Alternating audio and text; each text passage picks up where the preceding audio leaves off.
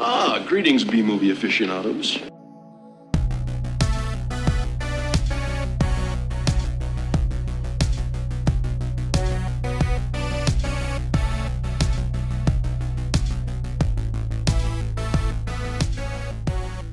Hello and welcome to A Couple of Flicks. I'm Tristan. I'm Nick. And I'm Zach. And today is our 50th episode. Woo woo. Yeah. Yeah, pretty incredible. And technically not 50th episode we've done, but 50th episode of the series of The Couple of Flicks. The main line. Yeah, exactly. But here and there we talk about other movies every so often. So, Damn, and actually, yeah, and today is one of those episodes where we're kind of straying a little bit off of the path for the 50th episode, and and instead we're going to be watching movies that through pure serendipity are about time. Yeah. Yep. Yeah. But before we discuss such matters, have either of you watched anything recently that you'd like to discuss or talk about? I saw Everything Everywhere All at Once. Oh, I want to see that. How was it? It's really good. Probably my favorite of the year so far. Oh, shit. I've heard good things. Yeah, so good. By the same directors of the Swiss Army Man. Oh, really? Okay, I like that one. Yeah. Yep. That one was fun. And also another movie that I like called The Death of Dick Long. Haven't seen that one yet. Yeah. Yeah. Every time I mention the title to people, they're like, "Oh, that's a great title." Yeah.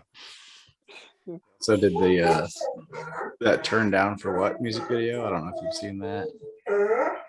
Oh, I think so. I think I have, just because it was supposedly wild. Yeah, guy just like humps through the layers of an apartment building. Oh, yes. Yeah. it sounds weird. I haven't seen that. It's hilarious. Check it out. Yeah. Sounds awesome. I do remember that one. I'll take a look at That it. was funny. Yeah. It makes sense then, because the little previews I've seen of that movie look interesting. Oh yeah, it gets weird. That's cool. Yeah, I really want to see it. I like the cast a lot, and yeah, it just looks like an interesting movie. Yeah. And then you got Kei Hee Kwan, Short Oh, Round, finally yeah. acting again. Oh, That's so nice. cool. Yeah. Wow.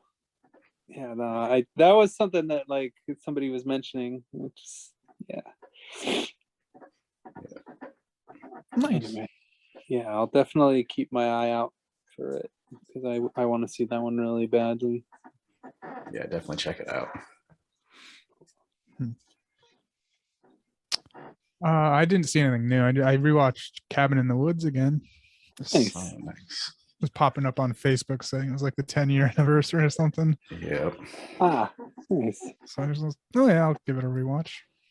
I Yeah. gotta rewatch that. It's so good. Yeah, it is. It's one of my faves. Still Been holds about up. 10 years. Wait, what was that? I said it holds up. Oh, it holds up. Oh, yeah. Yeah. Nice. That's good to know. Yeah. Yeah, it's been about 10 years since I've seen that. I saw it in the theater. I really liked it. I think I remember most of it. Like, I remember that there was like a dome thing at one point where they were like trying to escape, but then when they tried, like, there was like a cliff, and then when they tried to jump the cliff, they hit a wall or something, or one of them did. And I remember Thor. thinking, like, whoa, yeah. I remember that character name too. And I remember there was something about like one of the characters like kissing a wolf head or something. I don't know. I remember a lot of scattered random things about that movie. All that stuff does happen, yeah. Yeah. I remember that one guy for Billy Madison was in it. Oh yeah. Yep. Yeah, he was in something else I saw recently. He was in Tick Tick Boom. Played Okay. Steven Sondheim. Interesting. Still haven't seen that one. Yeah, I haven't either. Yeah.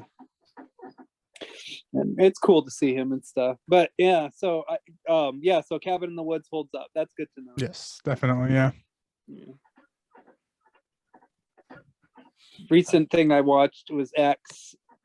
Nice.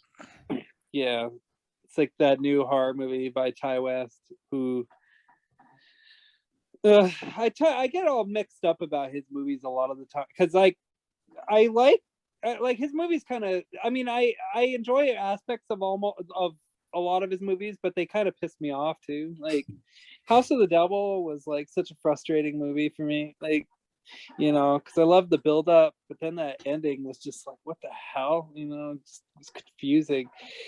And then like Innkeepers felt like just a giant shaggy dog. Then there was that one Sacrament, which was kind of about the cult thing. That one was sort of interesting. But yeah, I would say this one I like the most out of all of his movies. I'd say this is his best one. So It looks pretty good. yeah. Surprised Kid Cudi's in it. Nice. I don't know He anything actually about does it. a really good job. Yeah, he's a pretty good actor. I just didn't expect him to be in a horror movie. Yeah. Same. But yeah, he's actually pretty good in it. Like he you could tell that like all the actors in it like definitely were like it was like a passion it felt like a passion film almost, you know, like it had like an intimate kind of all right, so you know when you like see a horror movie and it kind of feels like it exists in its own little world, you know, it kind of this film sort of felt that way. Like it had a lot of cool little details to it, like the Texas Chainsaw Massacre, almost like something like that, you know. But yeah, it was really good. It was pretty messed up. I mean, it's about like, I mean, it's a horror movie about like porno filmmaking. Like, I mean, you can imagine like it could go to some pretty depraved territory, you know. But we've all seen movies like Mute Witness and Serbian Film and stuff like that, and this definitely kind of follows in along those lines. Let's see. There's a lot of like visceral sort of stuff in it. I mean, I wouldn't say it's like the greatest horror movie of all time or anything like that. Like part of the only thing that I didn't really like about it was like it is another one of those horror films where like characters make really poor decisions. But usually it results in some really nasty, gory death scenes. So that sort of makes up for Nice. it. Yeah. Yeah. Yeah, the makeup effects in this movie are so this movie was almost as painful as Green Room. Actually, this might have been like, well, okay, yeah, I'd say Green Room is a lot more painful still to watch, but this one like definitely had some moments in it that gave it like that came close. You know, there was like one moment in particular that was just like, oh, it just kind of made me like grossed out. It was like, yeah, but it was good though. There were still some really scary like ideas in it, and also it's another one of those horror movies where like I wasn't quite sure who was gonna survive and who wasn't. It's kind of nice to see like a horror movie where like characters you think are gonna survive end up suddenly dying out of nowhere and stuff like that. Oh, Like, that's I don't nice. want to. That's good. Yeah, like I'm not gonna give anything away, but there were definitely some like genuinely surprising death scenes in this movie, you know. And the advertising, like the advertisements for this film, like totally like mislead. 100%. Nice. As to, like which characters survive and which ones don't. Shit. So, Okay. yeah. I liked it. It was good. I don't know if I would watch it again. I enjoyed it a lot. So. Yeah, I've been debating on either renting it for $20 or just waiting for the Blu-ray. Yeah, I watched it with a group of friends. Like that's kind of. I think one of us rented it, and then we all contributed like $5 or $6. Oh, nice. But, Yeah, that's good. Yeah, it's the way to do it, I guess. Yeah. Well, I mean, it's a movie that a lot of people have been wanting to see. Yeah, but yeah, it is available to rent, but it is wicked expensive. So it's like, yeah. It's A24. I gotta see it though. Oh yeah. Yeah.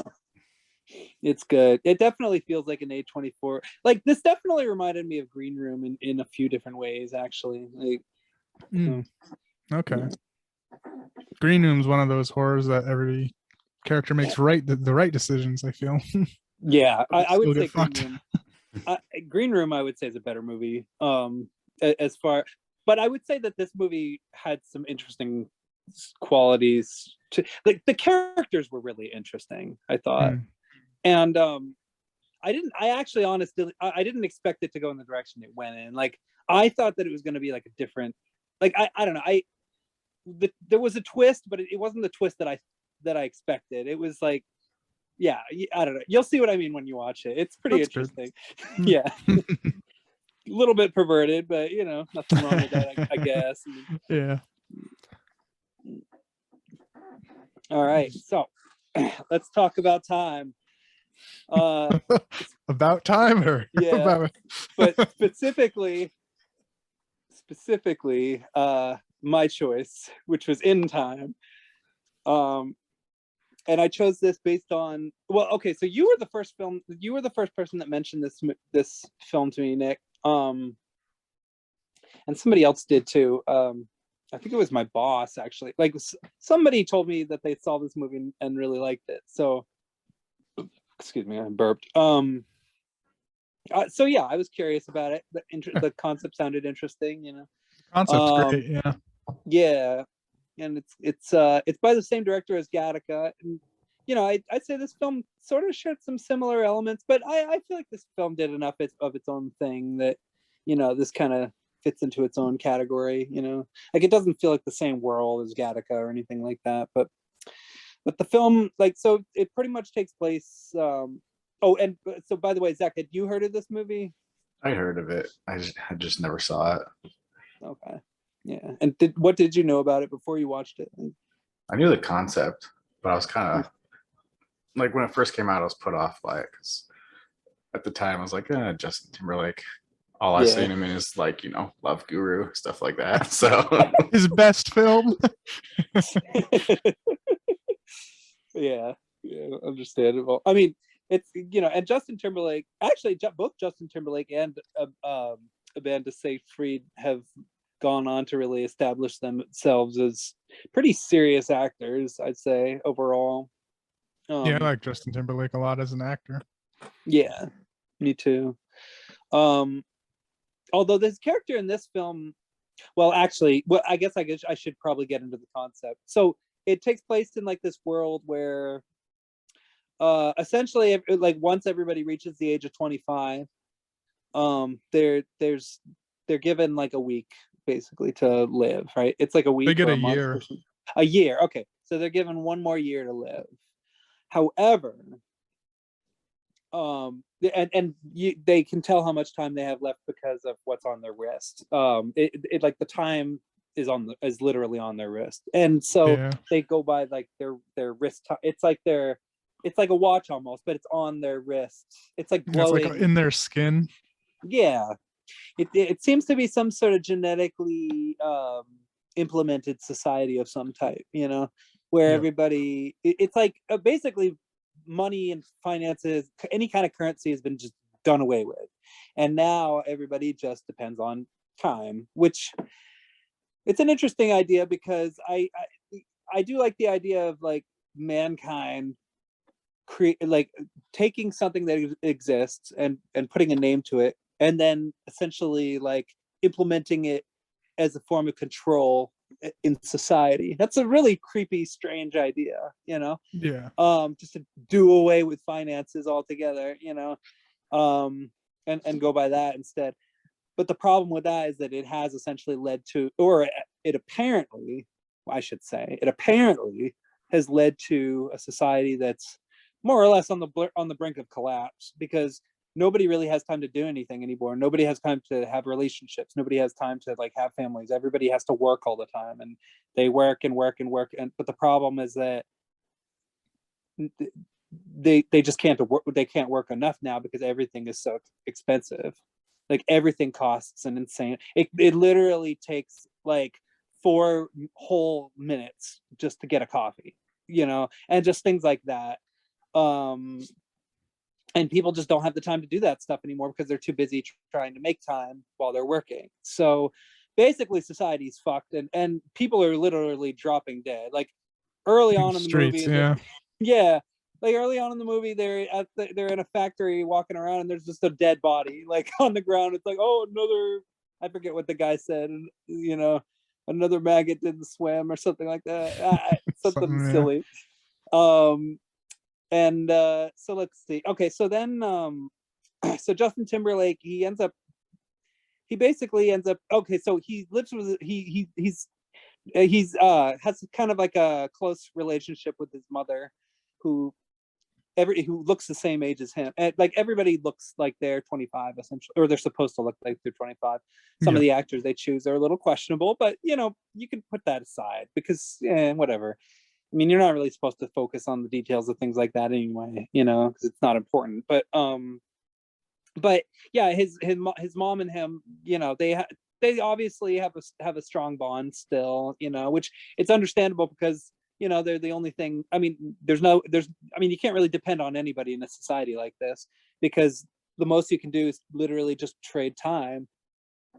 I mean, that's it. That's really what it comes down to. And so, but Justin Timberlake ends up having this encounter with this gentleman who gets attacked by these. There's a few different things going on in this movie. So there's this group of thieves, essentially, called the Minutemen, which I do. I mean, that I did enjoy that a lot. Yeah, there's a lot of time puns in this movie. Yeah, the whole movie is just time puns. You know? Yeah. It's a bit silly. Like that's one thing I'll detract from is the writing's a bit on point, I'd say. Yeah, I Like, mean, it's kind of like on the nose, I'd say. Yeah, definitely on the nose. And although the Minutemen, of course, are led by Alex Pettyfer, who he's one of those actors who he's just the biggest douchebag in the world, and yet I just love watching him on screen because I don't know, he's just fun to watch because I can tell he's a giant douchebag and he doesn't care. He just does the movie, whatever. And most of the characters he plays are douchebags, so he's good at playing them because he is one. So it's like, so good casting, you know, very attractive cast overall. Yeah. But anyway, Justin Timberlake ends up rescuing this guy who has like basically like a century's worth of time on his wrist. And they discuss, they you know, sit down, you know, and kind of have an exchange, and the guy reveals that he's been around for a while, and he essentially has realized that it's not really society itself that's killing itself, it's all planned, like beyond, like it's a conspiracy basically to weed off the population is what this guy is trying to convey, which because he says like if everyone lives forever, you have kind of run out of room to put people. So it's like you got to start killing people off.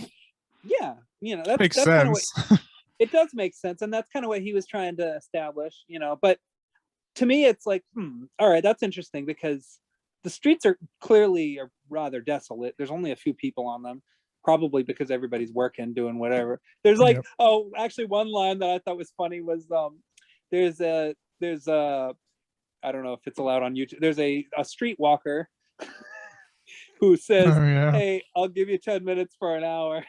Yeah. He said it to the cop basically, and he was like, "Yeah, you've been doing this for 60 years. Like, when are you gonna quit?" And he's like, "Hey, now you let him know." Yeah, that made me chuckle. There were a lot of things in this movie that made me chuckle. Yeah. But so Justin Timberlake, so he's with this guy. Turns out the guy has a death wish. You know, he's actually suicidal because he's been around. He's decided he's been around long enough. He just doesn't want to go on. So he said he's like 100 years old. Like most of the older rich people have been around 100 years. Yeah, and this guy's just reached a point of no return where he's just ready to die. And it does actually, to be honest, the film doesn't really delve a whole lot deeper into the whole control thing after that. You know, so it was kind of interesting that the film sort of set that blueprint out, but didn't really. I don't know. I just thought that was kind of interesting, you know. But anyway, so he ends up giving his entire century's worth of time to Justin Timberlake, and then he has like 5 minutes left, so he uses that 5 minutes to sit on the bridge And Justin Timberlake wakes up, spots him out there, rushes over to him, can't save him. The guy jumps in, dead. Yep. Or no, he doesn't jump in, he falls in.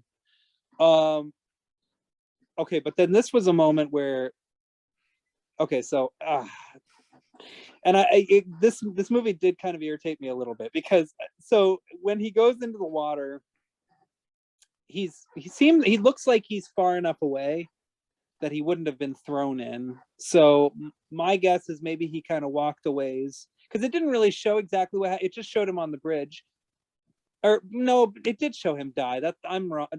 Okay, I don't know how he got it. There was a continuity error that threw me off in a weird way, because okay, so it wouldn't have bothered me, except it actually became a plot point, because so the security camera footage showed that the body was somewhat far away from Justin Timberlake, like too far from Justin Timberlake's character for Justin Timberlake to have possibly had anything to do with him being there.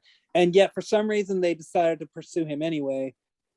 I guess because of who the guy was. Mm-hmm. But it's still, I don't know. It was annoying because that continuity error was like in the security footage. And then the characters like reacted as if, oh, we got to find him. Like, he may be responsible, because the camera, for whatever reason, didn't catch him actually falling into the water. I don't know. It just really weirded me out. It was just, I think, like a camera angle thing. They didn't see it fully, but they saw Justin on it. Something weird like that. It was something weird like that. But like, I guess my point is, this is like an example of something that happens in movies every so often, where a plot point happens where a conflict is created for kind of no reason, because it was sort of from that situation that the Cillian Murphy character ended up showing up, which was actually pretty interesting. Like, I actually thought his character was quite interesting, but I thought the timekeeper. Yeah, the timekeeper. Like, I was interested. It was really, I liked his character. He was my favorite character in this movie, actually. I liked him a lot. He was cool. Yeah, but I don't understand. Like, I kind of wish that they had maybe figured out a different way to set him up, like, as a character in this movie, rather than like have like Justin Timberlake be accused of possibly murdering somebody. Like, I don't know. I was just like, damn it, like, it was just one of those things that I kept on thinking about, like, I don't know. Anyway, I guess it doesn't matter. But yeah, so it annoyed me too. Yeah. Okay. All right. Like, all right. It's just, the camera angle was like a one certain part of the bridge. Why wouldn't it be the whole bridge? Yeah. Right. Exactly. And the thing is, like, I noticed it the first time it happened, and I didn't really. I just, at that moment in time, I was like, whatever, it doesn't matter. Like, I just decided not to think about it. But then they showed it like 2 more times when they showed the camera footage again, and I was like, okay, now I can't stop thinking about it, But anyway, so anyway, Justin Timberlake's got a century's worth of time. So now he's like, oh, sweet, this is my opportunity to get, actually finally sit down with my mom, and because I miss her, I miss, sitting with her, and I miss old times. Justin Timberlake just wants things to be like they once were, which is why he's working so much, because he's trying to get enough time to be able to have the freedom to do those things. So it's like, Yeah. oh, finally, this is my opportunity. But unfortunately, his mom, only has about an hour and a half worth of time left, which is wild too. Part of the like setup is that there's the ghetto, which everyone's living in under a day's worth of time, which I'd just be like, I don't know if I can do this. I just like let it run out, probably. Yeah. That's a lot of pressure. That is a lot of pressure, and it's not really worth it in the end, because if you're okay, the most time you can really make working a job like that is like 1 or 2 days, right?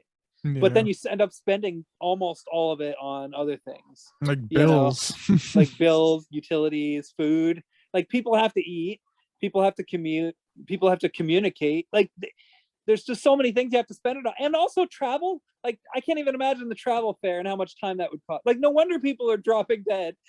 Like, but and actually, the reason his mom ends up tragically, okay, so basically, his mom only has an hour and a half time left, which is partially her own son's fault, I guess, in a way, because she gave some of her time to him. Although I guess that's really more her fault, because it's not like he asked her to. So whatever. But she can't get on the bus because the fare has gone up to 2 hours instead of one, and she can't afford that, so she has to pretty much bolt it. Yep, she has an hour and a half left, and she said it takes 2 hours for her to walk there. Yeah, and it was a 2 hour. Like that's how much it cost for the bus ride then too. Yeah, exactly. Which is like, but Close. yeah. And actually, you see that bus driver again. Whoever that bus driver is, he's a douchebag. Like he gets bribed later on in the like. He just sucks as a character, as a human being. Whoever that guy is. Yeah. Like this poor woman who she just needs 5 minutes, to get to where she needs to go, and he can't even spare her. Like he's just a lazy douchebag. What a fucking piece of shit. Yeah. Loser bitch. Yeah. Basically got her killed, him, the bus driver. Yeah. He's the villain of the movie, in my opinion. The fucking bus driver. Anyway, so she bolts it to try to get to her son, and she does manage to reach him, but to see him one last time, but she doesn't quite have enough time to actually reach him, which is especially tragic considering that he actually could give her quite a bit of time at that moment if he could have caught up with her, but they just didn't have enough time. So that's pretty sad. So after that, Justin Timberlake. Oh yeah.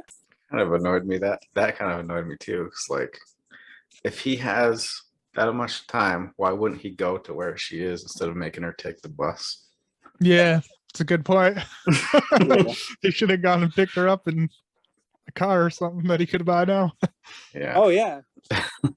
Well, I mean, hell, he later on in the movie he ends up spending 57 years buying a car. Yeah. So, but okay, so after this, he's like, all right, fuck everything. I hate it. I'm just going to go rogue now. And he pretty much more or less admits this to somebody at one point, like who's driving him. Like, oh yeah, the driver. Yeah, because they have to go through time zones. Yep. Actual segregation. Yeah. Yeah. And they cost hours, of course. And months even. Yeah. Oh, yeah. They cost quite a bit, and to pass through the time zones. Yeah, there's like like toll roads that you would see in real life, but instead of cents, they cost years off your life to get through. And exactly. Shit. And I forget what the place was that he was going. It's been New Greenwich.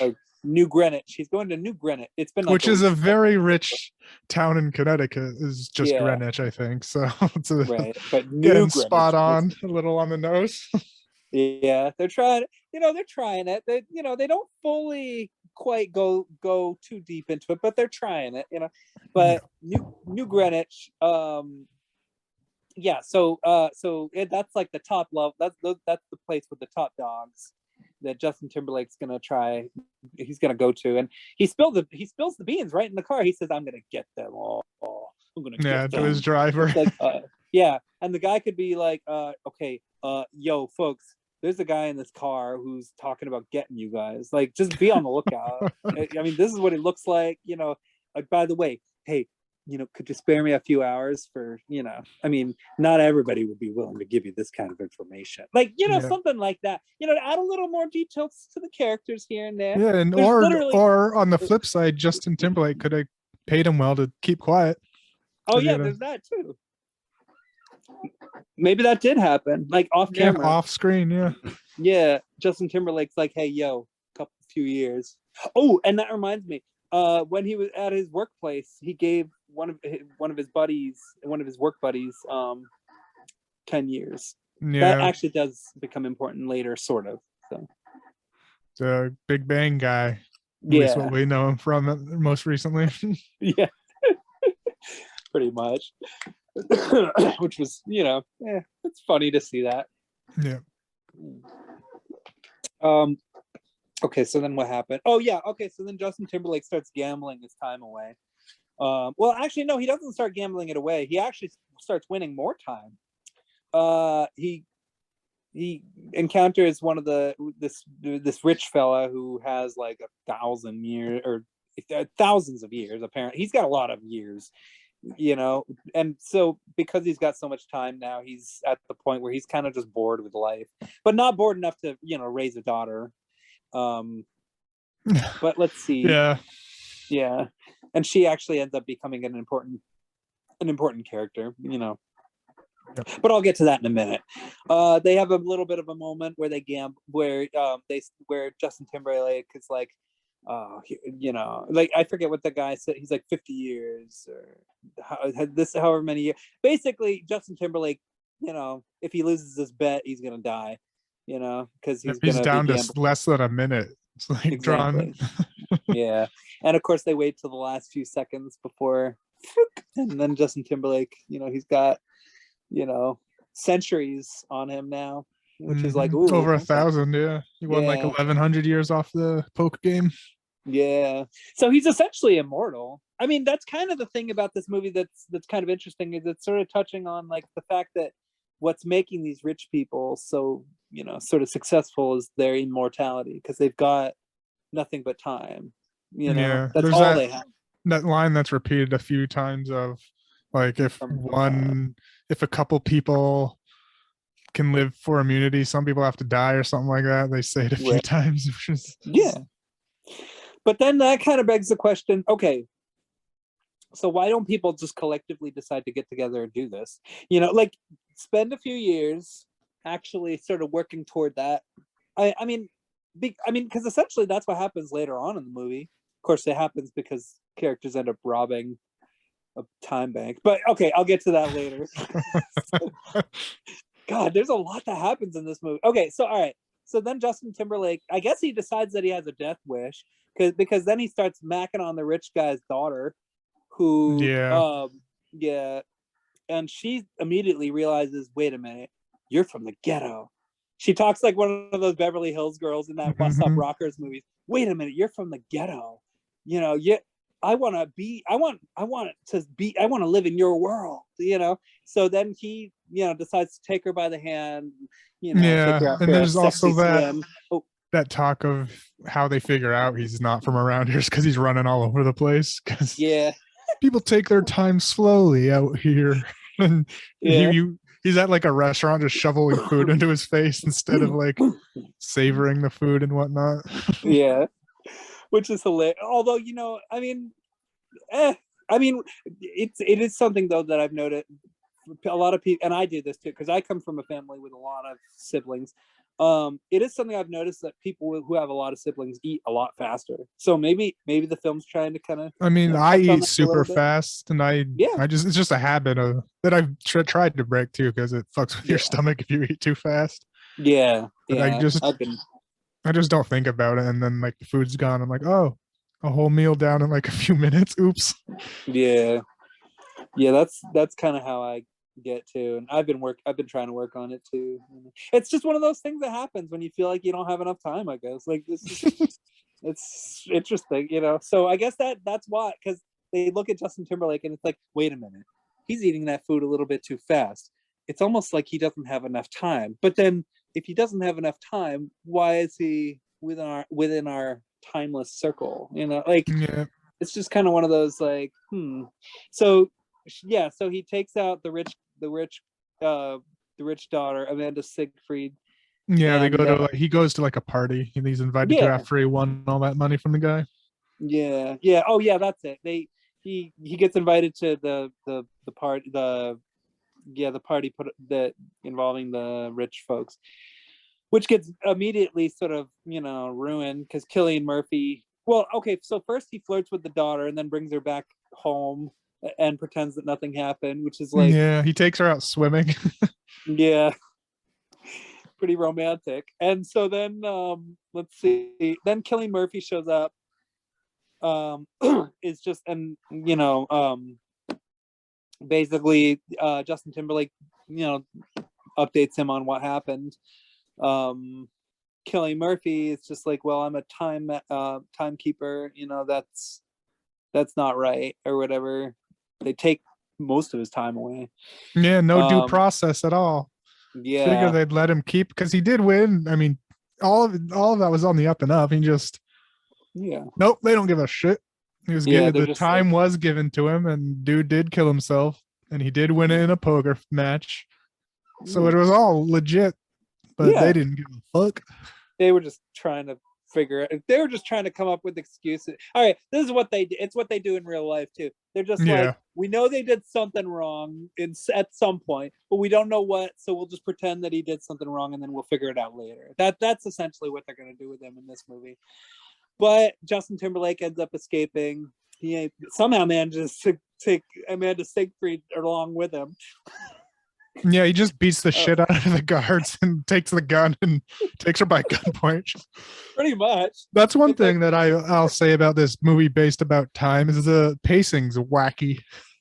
Yeah. Like the first bit of it goes real slow, and then it goes to fucking 100 out of nowhere. Yeah, like the rest of it kind of turns into like a Michael Bay action movie, like The Island or something. Yeah. Or Equilibrium. Although Equilibrium, that had a much higher body count. But you know, still oh my god. Sorry if my cat interrupts, by the way. He's chomping at the bit. I did feed him though. I don't know why he's acting like a little pussy. Anyway.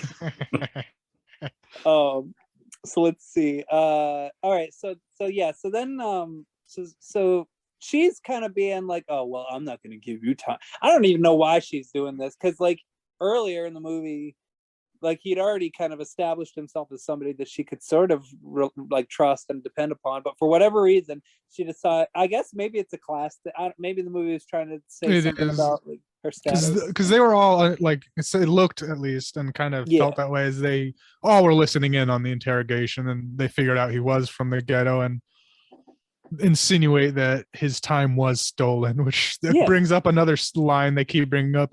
If it's already, you can't steal something that's already stolen. Right? Like, exactly. right. They throw that line out a few times. Like, I get it. I get it. Stealing stolen time. I mean, it is something that does become an inevitability at some point. Especially in a society that appears to be on the brink of collapse. That's another thing. Yeah. Okay, the so line I wrote it down too. Is it stealing if it's already stolen? Yeah. Well, because they say it so often. It's like, okay. Yeah, I guess it's supposed to be important, but it also kind of just ends up sort of begging the question, like, okay, so if this society is appearing to be on the brink of collapse, then this would only give the people even more reason to actually collectively get together and give each other more time on the black market and all that stuff, and then revolt. I don't know, maybe the film could have like explored that. I feel like this idea could have been really cool if it were like a mini series almost. Yeah. Yeah. I just don't think they had enough time. I hate to Like, say it, but I that's think you might be right. The thing is too, with that idea, is everyone was under a day too, so people would have to give up, I guess, their lives kind of to have this happen. Yeah, because nobody would have time to think. Nobody would even have time to think about what they wouldn't be have time to make up a plan. Like, take a few weeks probably to make a plan up at least. So people get so focused. It's established in this movie that people get so focused and so fixated on trying to make time that they end up losing track of time and dying. I mean, you literally see it in this movie. It's really actually pretty messed up. Like,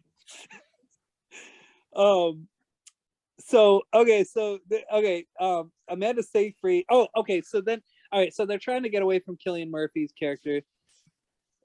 Justin Timberlake crashes the car in a freakish accident that would have killed both of them. Yes, that was fucked up. Like, and this is another thing that got me annoyed about the pacing of the movies. It was first a car chase between Cillian Murphy and Justin Timberlake, and it was apparently like one of the first times he's ever driven to. It's like, what's there to know? Because she asks him, have you ever driven before? Or do you know how to drive? What's there to know? Apparently a lot, buddy. Yeah. I mean, he got himself a model car. It wasn't even like a standard driver car or anything. Yeah. It's not the type of car that somebody would. It was literally a model trophy car.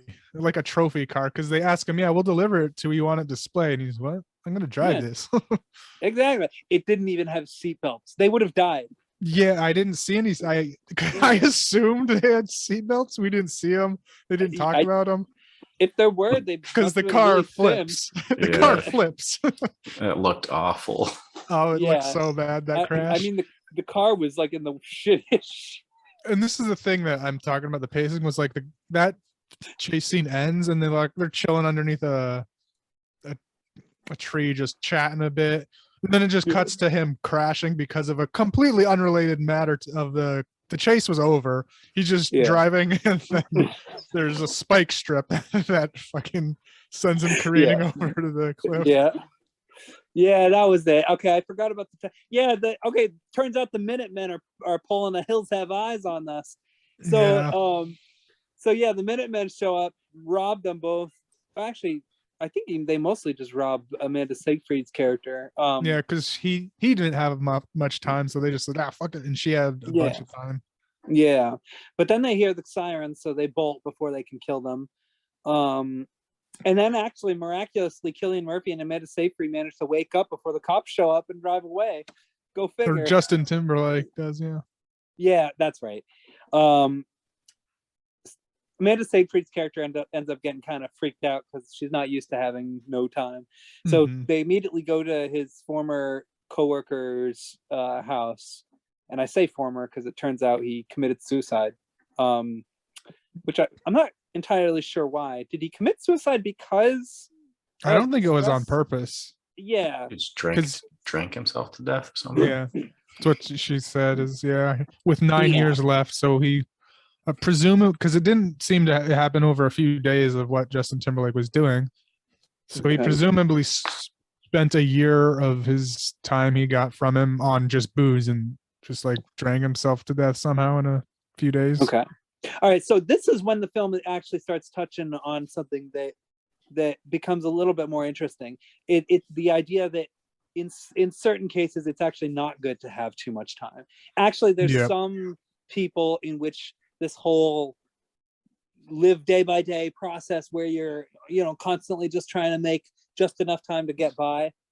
For some people in the society, it's actually really kind of the most manageable way to live, because it's clear that this guy, it's like, I mean, time's just in this movie like an analog for money, of course. And it's a noted fact that people that win the lottery, that they either doesn't go well for most of them, and a lot of them do end up killing themselves / dying to just crazy fucked up shit, and they just blow it all in the worst position that they were in before they won the lottery.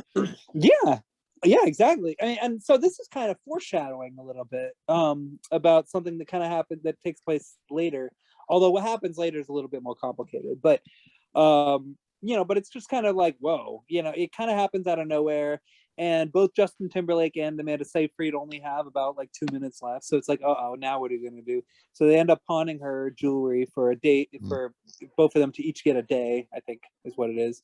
A day or 2 days or something like that. And again, I'll bring up the time continue. Like, just how it's shot is kind of, they should just add just a few, like it wouldn't be too much of a deal if they added like a minute or two every time this happened, because they show that they're like in under a minute or 30 seconds and the scene takes a minute or two. So it kind of like, well, they would be dead by now. Come on, hurry up. But no, they somehow still have like 30 seconds to transfer the jewelry and do all this stuff. But it's like, and like some of the distances they literally have to run for, like, so he was at the apartment when he found the news he was going to die, but they have 2 minutes left. That would be like a 2-minute run to get to the pawn shop. Oh gosh, so you're like, they cut it close, but like still, like if you can do, it's still unbelievably close. You can just add a minute or two to make it believably close. They were cutting it close in more than one way, because also the pawn shop was like literally just closing when they got there. Like the person was closing the shut. They had to throw the jewelry underneath the shutters just to get a day's worth of time, which is a ballsy move, because he could have just kept it and let him die up there. Which would have been in the ghetto too. It was in the ghetto, so it wouldn't be out of ordinary. Exactly. But turns out that this happens to be an honorable pawn shop owner who's honorable enough to give them a day's worth, but no more for literal diamonds. which I guess wouldn't really mean a whole lot in this world anyway. I guess. I mean, what the most you could do is get more time for them. So. But let's see. Okay, this is when things start getting foggy. I know that they hold up in a certain at a hotel, and of course, conveniently, one of the Minutemen shows up at that hotel and looks and sees them going up the stairs and goes, hey, and nods his head and walks away. It's like, okay, that's obviously going to become important. That's a later. little bit. That's a different hotel. Way okay. Afterwards, because I think this is when that happens later. They have to figure out how to get more time, a bunch more.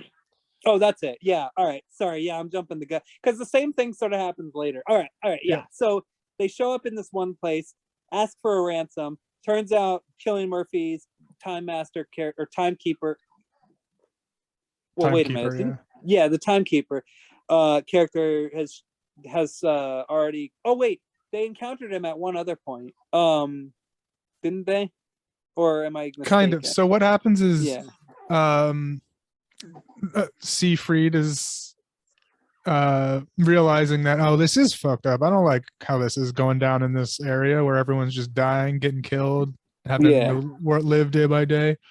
Yeah. So they try and get a ransom of 1,000 years for his daughter to get her back, which is this. It turns out like it's the main bank owner, like the main time bank owner is the guy we meet and everything, and her dad. So they asked for a ransom of $1,000, which is pennies. Like the mom character, which a little funny little scene they had earlier was like he introduces us to his daughter, his sister, and his mom. They all look the same age. But like at one point he even points that out too. Yeah. Try and guess which one it is. Which one is which? It's when he was introducing him to his wife. So now you're wondering if it's my wife or my daughter. Creepy. I like you gotta have the creepy bank owner type. He's the Mad Men character that's always playing the same kind of character as well. I mean, he's good at playing that role. He's a good actor. So they asked for a ransom from his dad, her dad, and he doesn't do it, even though his wife, her mother says it's nothing to us. Give it. It's our daughter, and he's like, it's more. It's more than that. It's about them. So the next morning they don't get the money, and she's pissed. She calls up her dad saying, "What the fuck?" And then Cillian Murphy shows up about to possibly. I don't think he was gonna shoot him. I think he was gonna take him under arrest. But then she turns around and says, "Oh shit!" and shoots him. That's what happened. Okay, she panics, shoots Cillian Murphy in the arm. It's like, okay, so now she's shot a cop, so that's great. Yeah, now she's just fucked either way. Exactly. Like it. Basically, now they're in big trouble because of her. And but Justin Timberlake is courteous enough to give Cillian Murphy's character like 5 hours something. He gives them some amount of time. It's like, think of it as a gift, because the timekeepers aren't allowed to keep a lot of time just because of the job they're doing. They could lead to trouble. Exactly, which of course it does in this case, because he starts attracting attention amongst the ghetto folk. So if he did have more time, he would probably get jumped. Exactly. It's interesting how in this side of society, the more time you have, the bigger target you have on your head. So let's see, and then at some point he also reconvenes with the bank owner. Oh, that's a little bit later. Oh, okay. So Amanda Seyfried's character essentially has decided to stick with Justin Timberlake. She's like, I'm not going back to my dad. I'm sticking with you. And he basically left her out to die. Hilarious. Fucked up. So then they start robbing banks. And they start giving the money out, which is like, wait a minute. Okay, earlier in the movie you already sort of established like that's that kind of thing can lead to consequences, and sure enough, later on the Minutemen start targeting these people who got all this time, and okay, so then it kind of goes into like that sort of territory that you sometimes see in political movies, like 1900 and stuff like that, where there's a scene where people are lined up and somebody starts executing them one by one. Yeah, this is the part yeah. where like, so they rob the bank and they buy out a hotel to Yeah, hide that's out it. in, and that's when Yeah. the random guy sees them doing that. Yeah, And at this and point, he they're goes, wanted for 10 years. They have a bounty on them of 10 years. So like one of the yeah, guys, I just want a cut of the prize. yeah. But of course, they also have to start bribing people too, because, like, for example, the bus driver. Yeah, so then the bus driver from earlier in the movie shows up, which Justin Timberlake, I guess, didn't really realize that the bus driver was essentially the person who caused his mom to, die, Yep. more or less. But he ends up bribing the bus driver for more time, and just that kind of thing happens, and Just to get on the bus, because he's like, because like the wanted poster was right behind him as he looked at it. You two look familiar. And then he gave him like a month or two. Yeah, which is like, okay, well, I guess that's how it goes,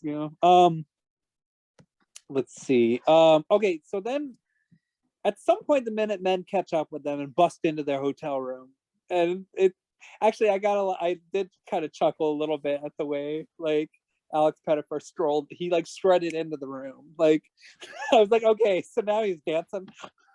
Yeah. Yeah. Justin Timberlake. Oh, okay. There's so many things that happen in this movie. So Cillian Murphy throughout the movie keeps pointing out that Justin Timberlake's dad, like, was just like him. Like he knew his dad. Yeah. And because Justin Timberlake was he was little when his dad died, so he never got to know him. And but he learned that his dad, so Cillian Murphy kept on referencing that his dad often sacrificed his own time and did all this other stuff. And he was basically doing on a small scale what Justin Timberlake's trying to do, which is redistribute the wealth or the time. Exactly. Which somebody should have done in the first place, because if you do that, then that immediately kneecaps, the people that are essentially immortal, at least in the world of this movie. I mean, yeah, one could argue about how it works in real life. I mean, it's the same. It's pretty analogous. Like, it's really hard to do.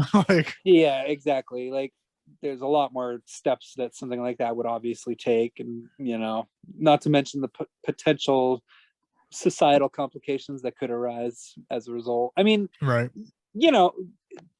If they made a miniseries about this kind of thing, they could totally make a second season that explores that. I mean, there's so many things that they should like. This was like, that's what I was thinking about after.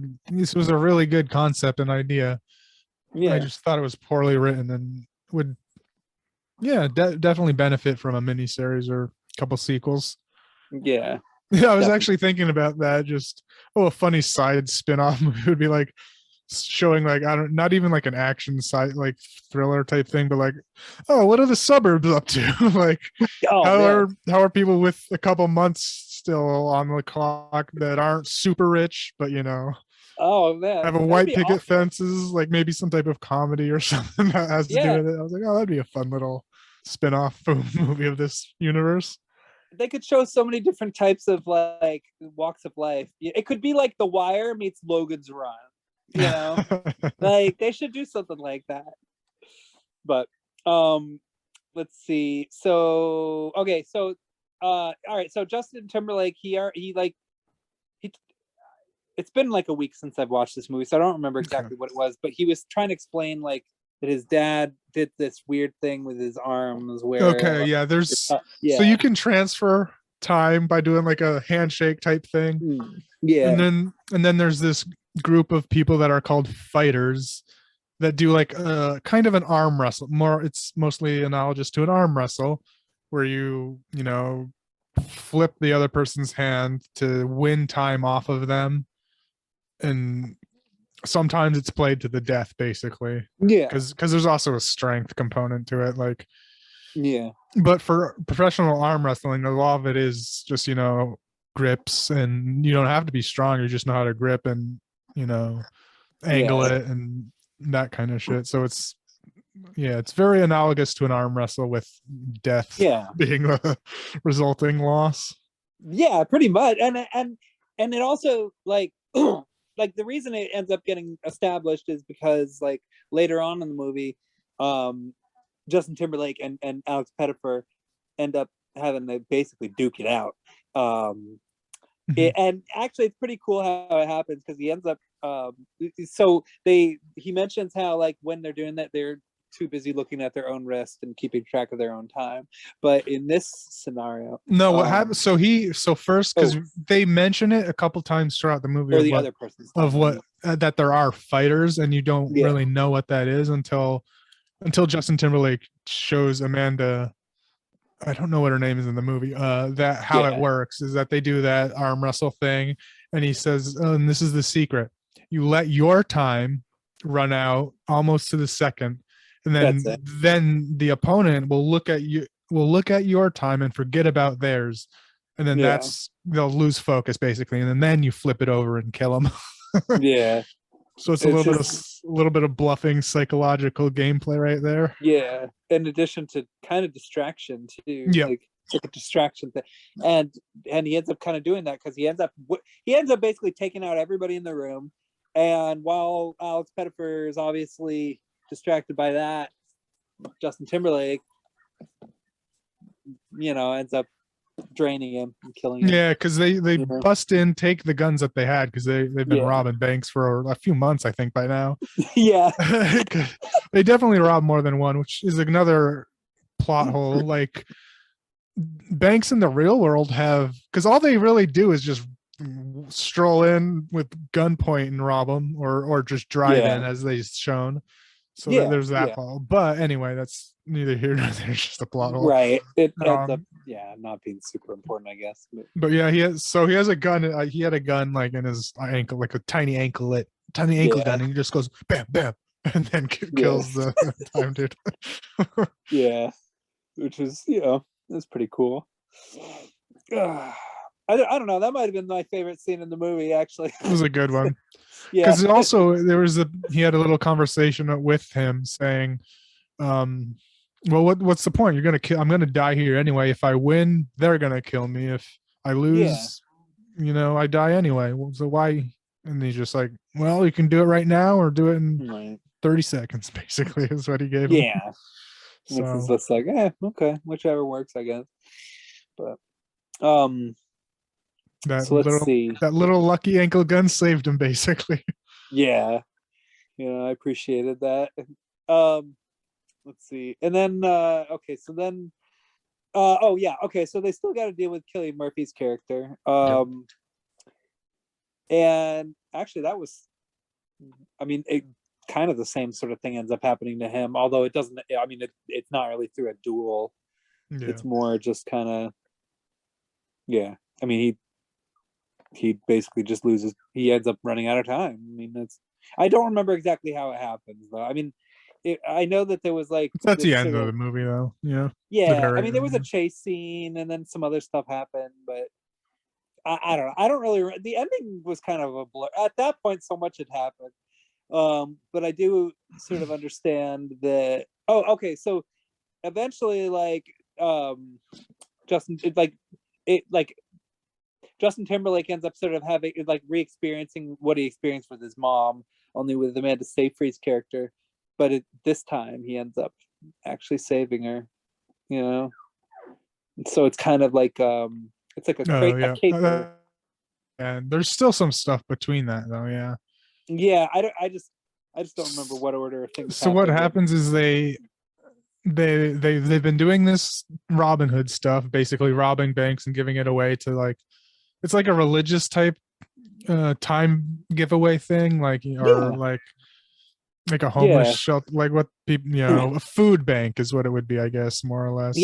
But it's called called a timeshare, and they or something like that. They kiss in front of the timeshare building, and it's a really romantic moment.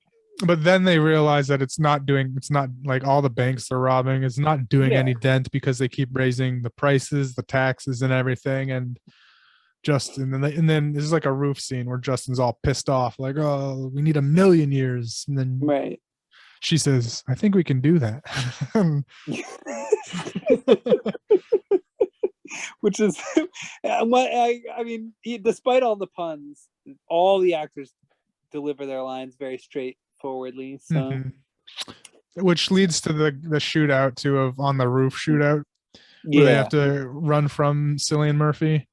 And it's interesting too, because he keeps saying like they first jump out a window of some sort, and they're not going to do, because one of the main things is like one of the only ways to die is accidentally as well.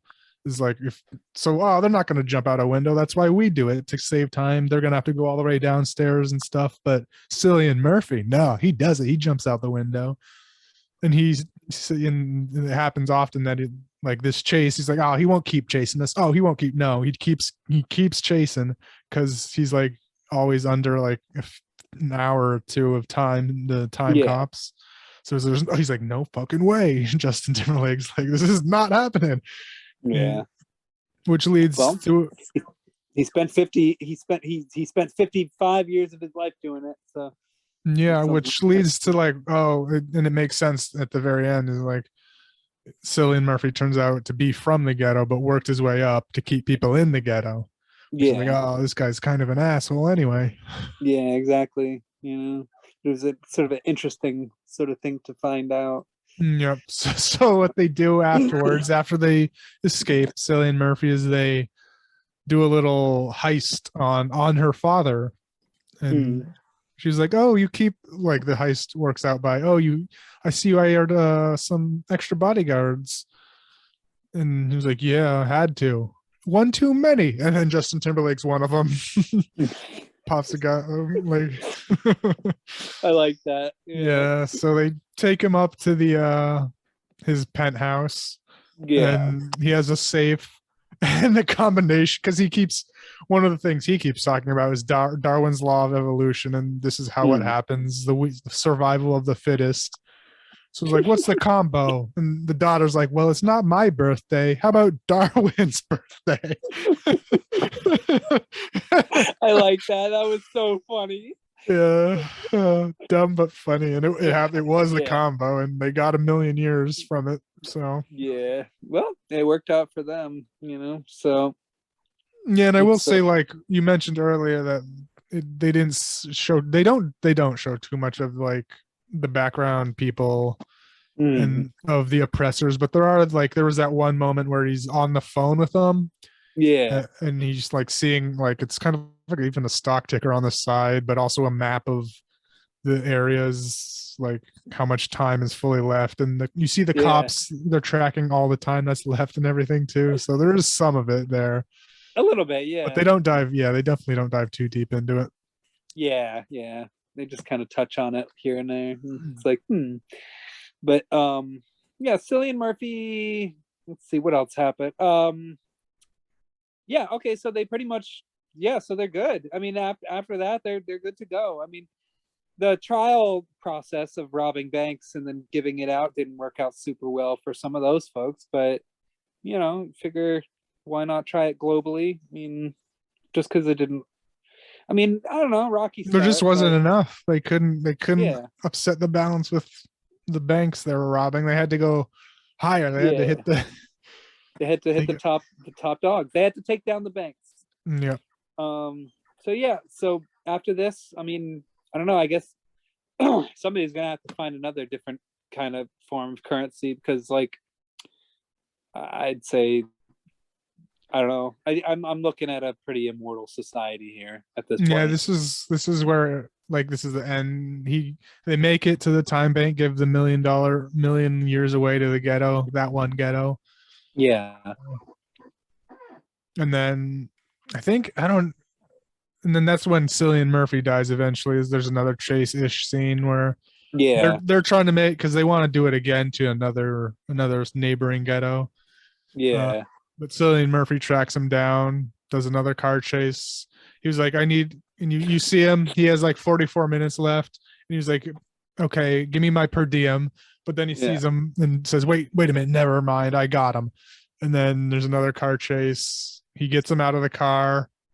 He has him, but he's like, he's like Justin Timberlake mentioned something about, you forget about time when you're living this life, and he's like, oh shit, looks at his time, and then just dies.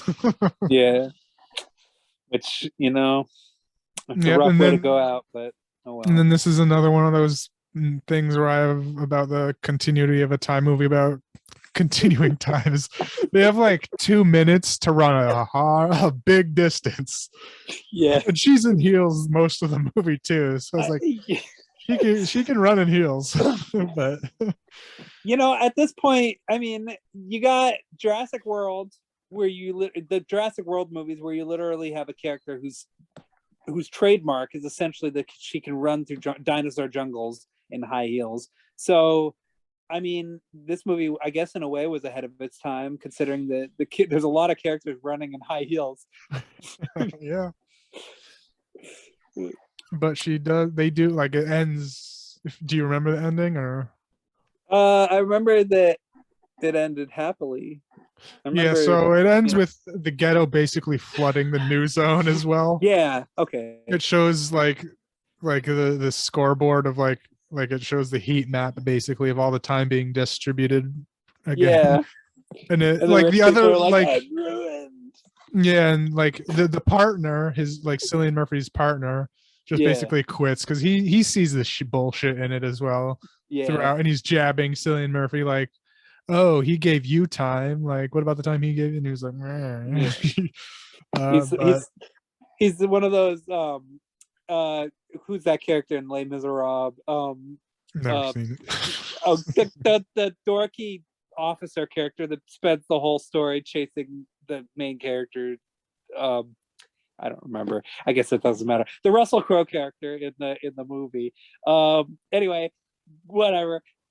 Yeah. So yeah, I basically the people that came from time, the people with all like the top dogs with all the time, are now sort of, you know, distraught over having to sort of share all this time with people.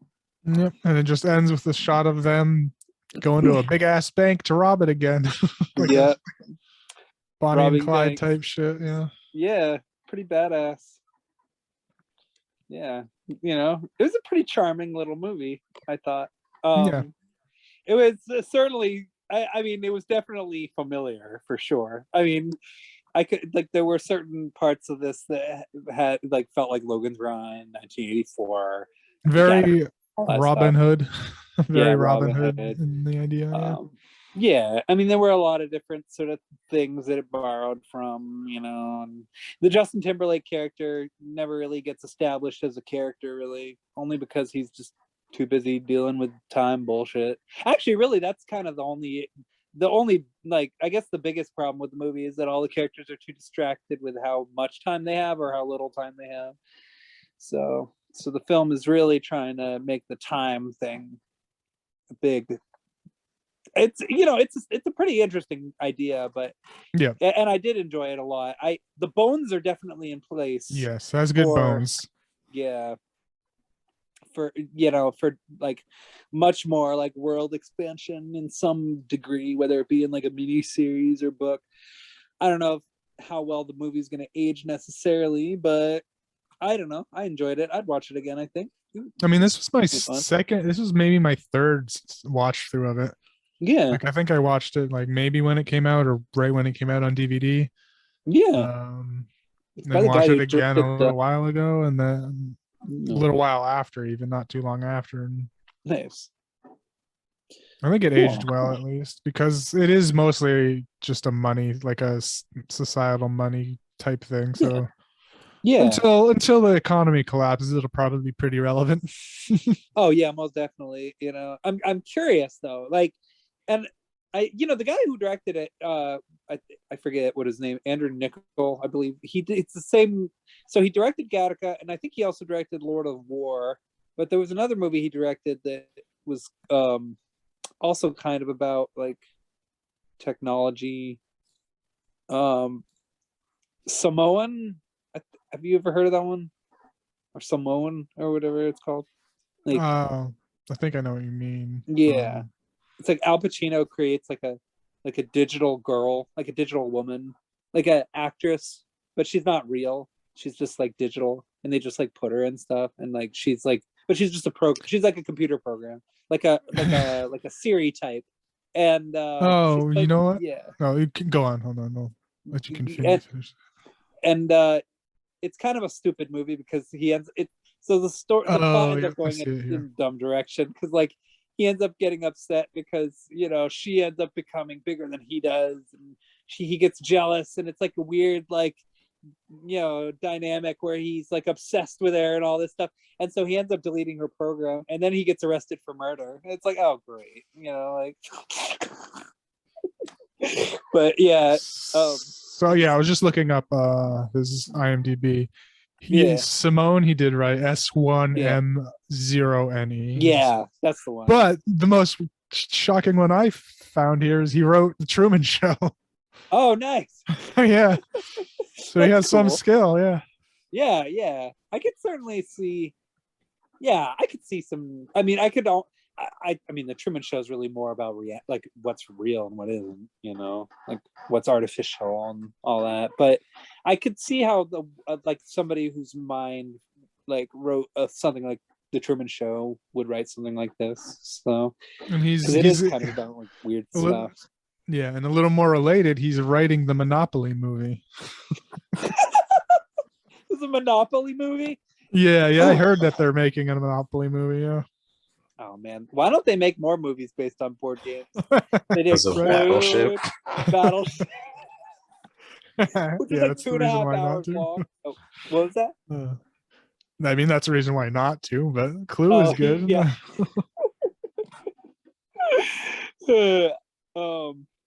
Yeah, I think it was a kid I used to babysit who liked the Battleship movie. I think he might have been the only person I've ever met in my life who thought that was a good movie. He wrote The Terminal, Tom Hanks movie. That's cool. Okay. Directed by Steven Spielberg. Yeah. All right. Nice. Yeah. So he has some writing chops. That's interesting. Then he has writing chops, but I feel one of the weaker parts of this movie was the writing. Yeah. The concept was cool. The script was a mess. Yeah, I mean, it wasn't the greatest movie, but I still really liked it. I mean, I enjoyed it. It was interesting. I was entertained. There were parts that kind of made me groan a little bit. There were some parts that were kind of annoying. At the end when he's like reaching into Seyfried's arms, I'm like, oh, it's like the Peter Parker like rescuing. Yeah. Because it was that happened with his mother, but she didn't make it, so it looked just like it. So, and this makes a little more sense too. He was the story behind the Terminal, not like written by Foley. Okay, so he came up with the concept and was so like, he might be good at concepts. He might, because this is a good concept, so that makes sense. He's good at concepting movies. He's a concept guy. It's not badly directed though. I mean, he can definitely direct. Lord of War, I actually thought was a pretty interesting movie. That's a good one. That's a good movie, yeah. Yeah, very sad, but definitely like well done. This one I would say was pretty good. I'd give it like maybe a 3, maybe a 4. I'd go back and forth. I really did enjoy it. I just thought some parts of it were a little bit dorky and silly. I think it worked best when it was focused on one thing rather like at a time rather than all 3 things, because you got the Minutemen chasing them, you got the stuff with the rich people. You like even though I like the Minutemen, you probably should have cut them.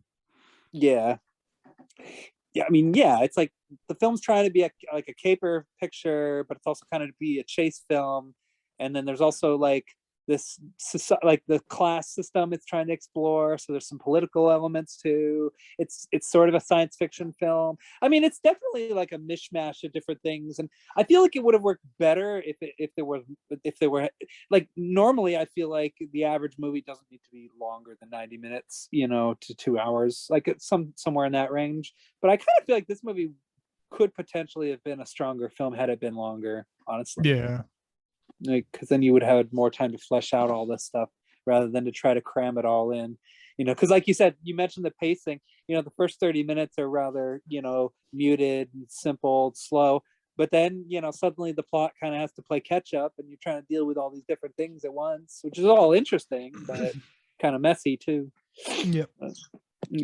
but I still liked it a lot. Yeah, I liked it. It's definitely a good concept movie. Yeah. What were your thoughts on it, Zach? I thought it was a good concept as well. Yeah. Same with you guys. I had the issue with the pacing. Mhm. Writing was could have been better. Yeah. And then I don't think Justin Timberlake and Amanda Seyfried had good chemistry either. Yeah. Yeah. Yeah. They just kind of started making out. Was basically how I felt. Yeah. Mhm.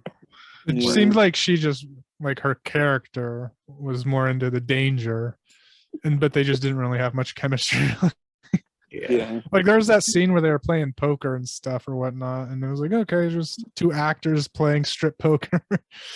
didn't really feel a connection there when there should have been something cute, but no. Yeah, but I Could agree tell with they you, were Zach. acting. Yeah, it did feel kind of forced. Yeah. I think I'd give it a 2.5. Okay. Like it's getting to a 3, but I don't know. Yeah. I'd give it Yeah. a 3. I think I'd give it a solid, maybe even a 3.5. Because Yeah. I've watched it 3 times at least and liked it all 3 times. So Yeah. I'll give it a 3.5 just because it is watchable and fun and holds up still. Yeah. I kind of feel like one of the two main characters should have died. I know that's kind of a messed up thing to say, but I don't know. I kind of feel like, I don't know, one of them, there needed to be some kind of a consequence for the fact that they they kind of caused some people to die inadvertently. I mean, although maybe the film's sort of trying to say something a little bit about how, like, because of the way we manage our own time, we inconvenience others. I mean, the next movie that we talk about definitely says that in a much bigger way. Yeah, and in a much more literal way.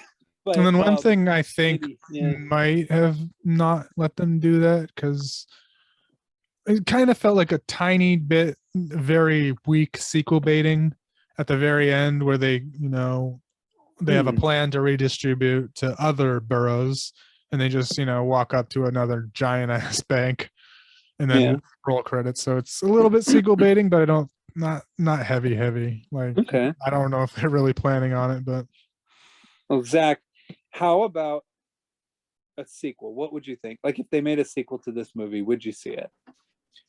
Probably not. If it was a series, yes, definitely. Yeah, it definitely needs a series. And like, how about this? Oh, yeah.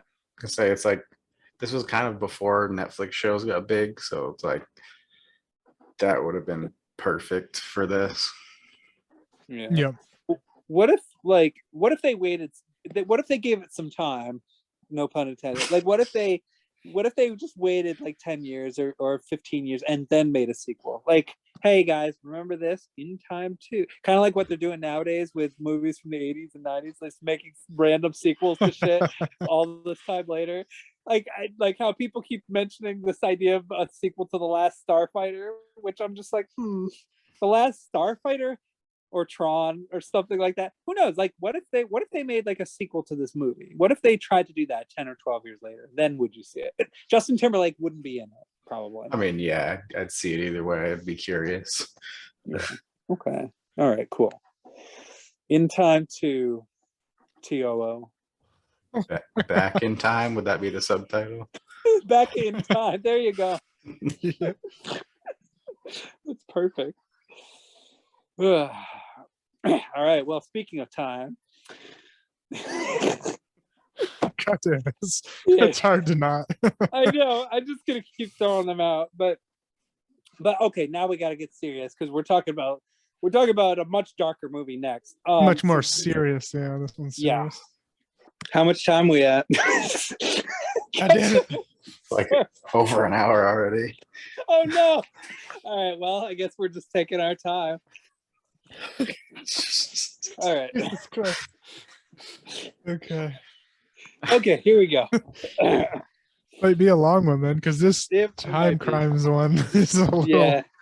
Oh God. Like I actually looked at the wiki for this one. It's short.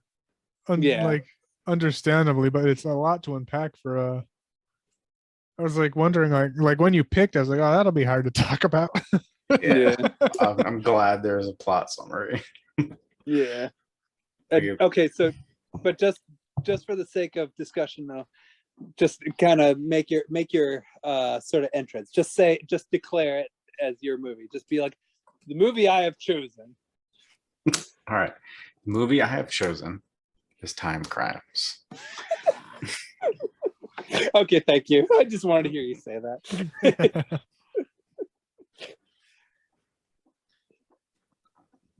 Yeah. I'm glad there's a plot summary because I don't know how I would explain this otherwise. Yeah, it is quite a complex movie. I feel like I could I don't know. I think I have a pretty good grasp on Yeah. how it all unfolded. The first time I watched it, some Okay, things yes. I was a little thrown off by, but now I think I get it. But go on. Yeah. This is the second time I've seen it as well. Yeah. And did it make more sense to you this time, would you say? I think so. I think I kind of got it the first time as well, mostly, but it was still a bit confusing. And I even got confused at one bit in this too at the very still this rewatch. I was like, it was a little confusing, but I think I got it.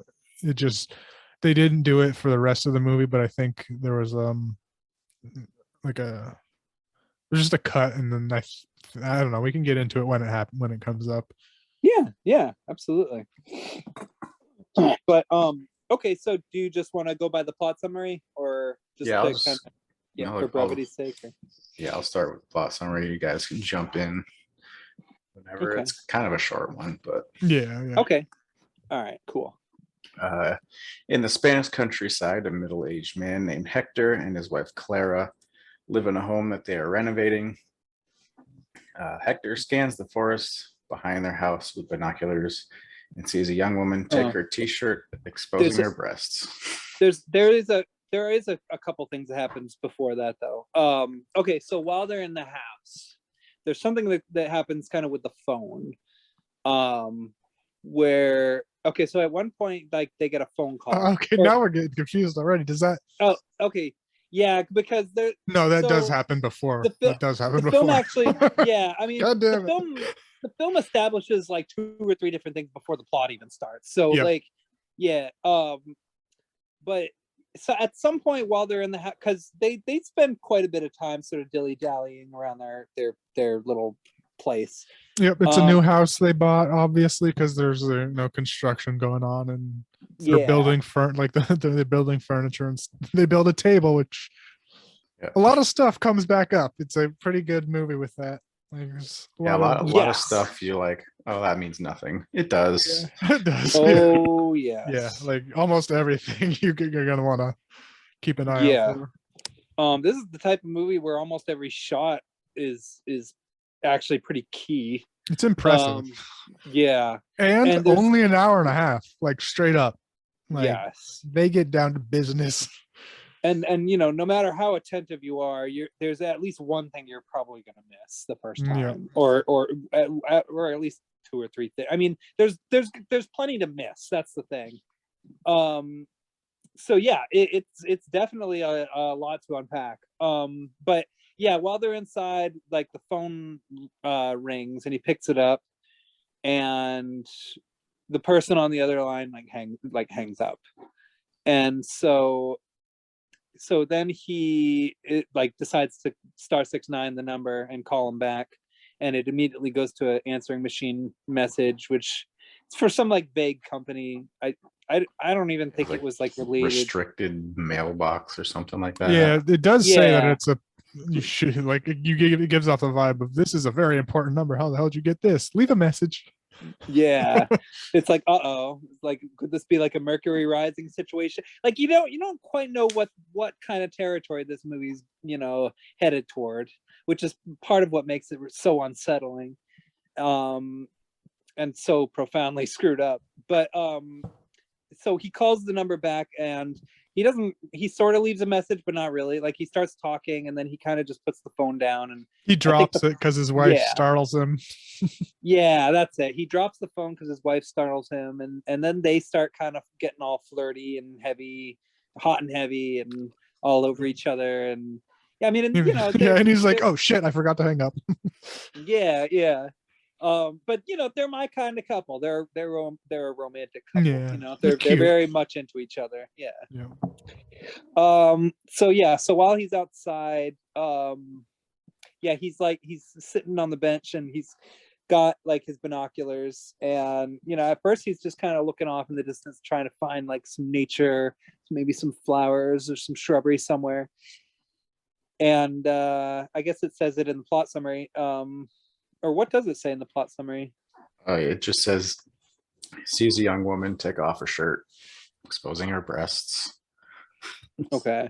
I mean, he sort of he sees a couple different things that have to do with her. Like at first he just sees kind of like some movement, but he doesn't know like what it is exactly. And that's kind of the first time, and that's like while his wife is like kind of on the deck, and he's just kind of getting settled.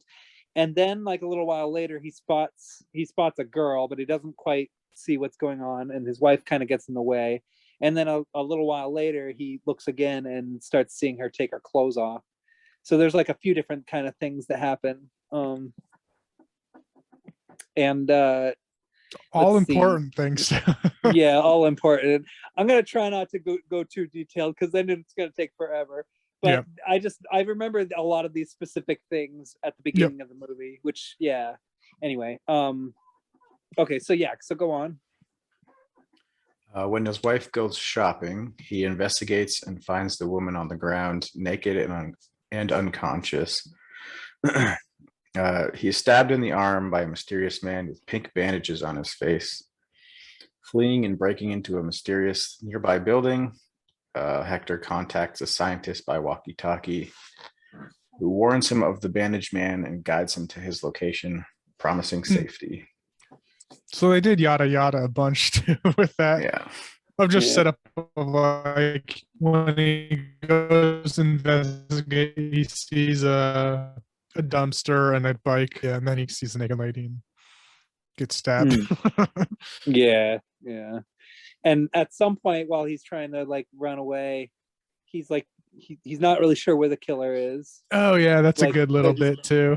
That's kind of freaky. A little bit.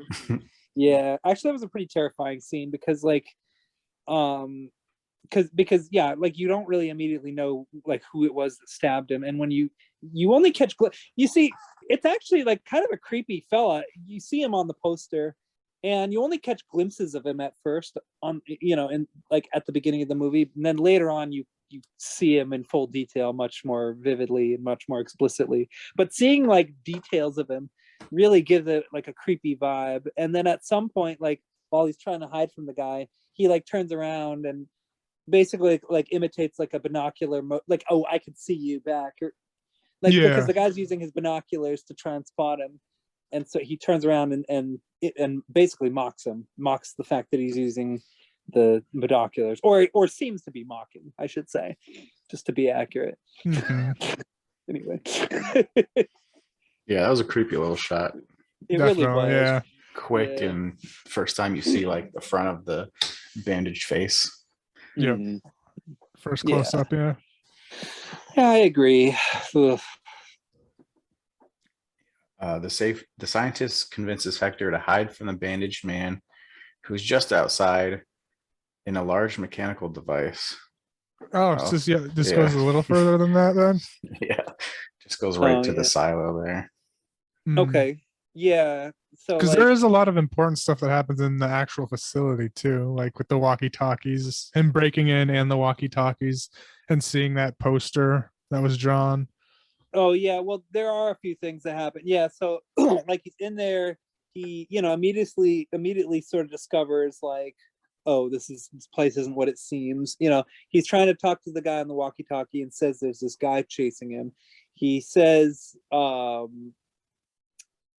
like the guy's like, all right, I'll stand by. And then the guy kind of walks out of the room for a minute and sees the poster, and then he hears something on the walkie-talkie, and like immediately returns to it and gets back to it, and it's like, hello, who? Yeah, and it's the same guy, and he says, oh, yeah, the guy's coming toward where you are. Yeah, you he gotta get even out of he there. he asked, Like, does he have pink bandages or something? He's like, yeah. Okay, that's him. He's coming. Yeah, so it's like he could see him on the he says he can see him on the surveillance cameras, and sees like that he well, okay, at first he says that he couldn't see him on the surveillance cameras and that he was far away, but then about like 15 seconds later he's like, oh wait a minute, he's coming right toward your building. So he literally says like the opposite of what he said a moment ago, which kind of throws the guy off a little bit. And then he's like, yeah, you got to get out of the building like right now. You got to get out on the other side, like go toward the lights on the other side. He hasn't seen the lights yet, so go toward the lights, because this guy is telling him that he can see basically the layout of the entire area.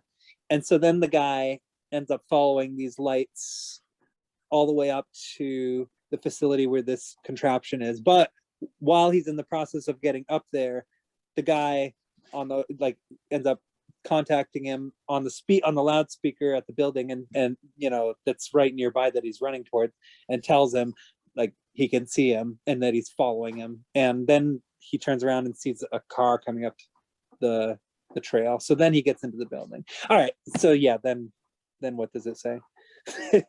Yeah. So it convinces him to hide in a large mechanical device. It doesn't explain it. It just cuts to next scene.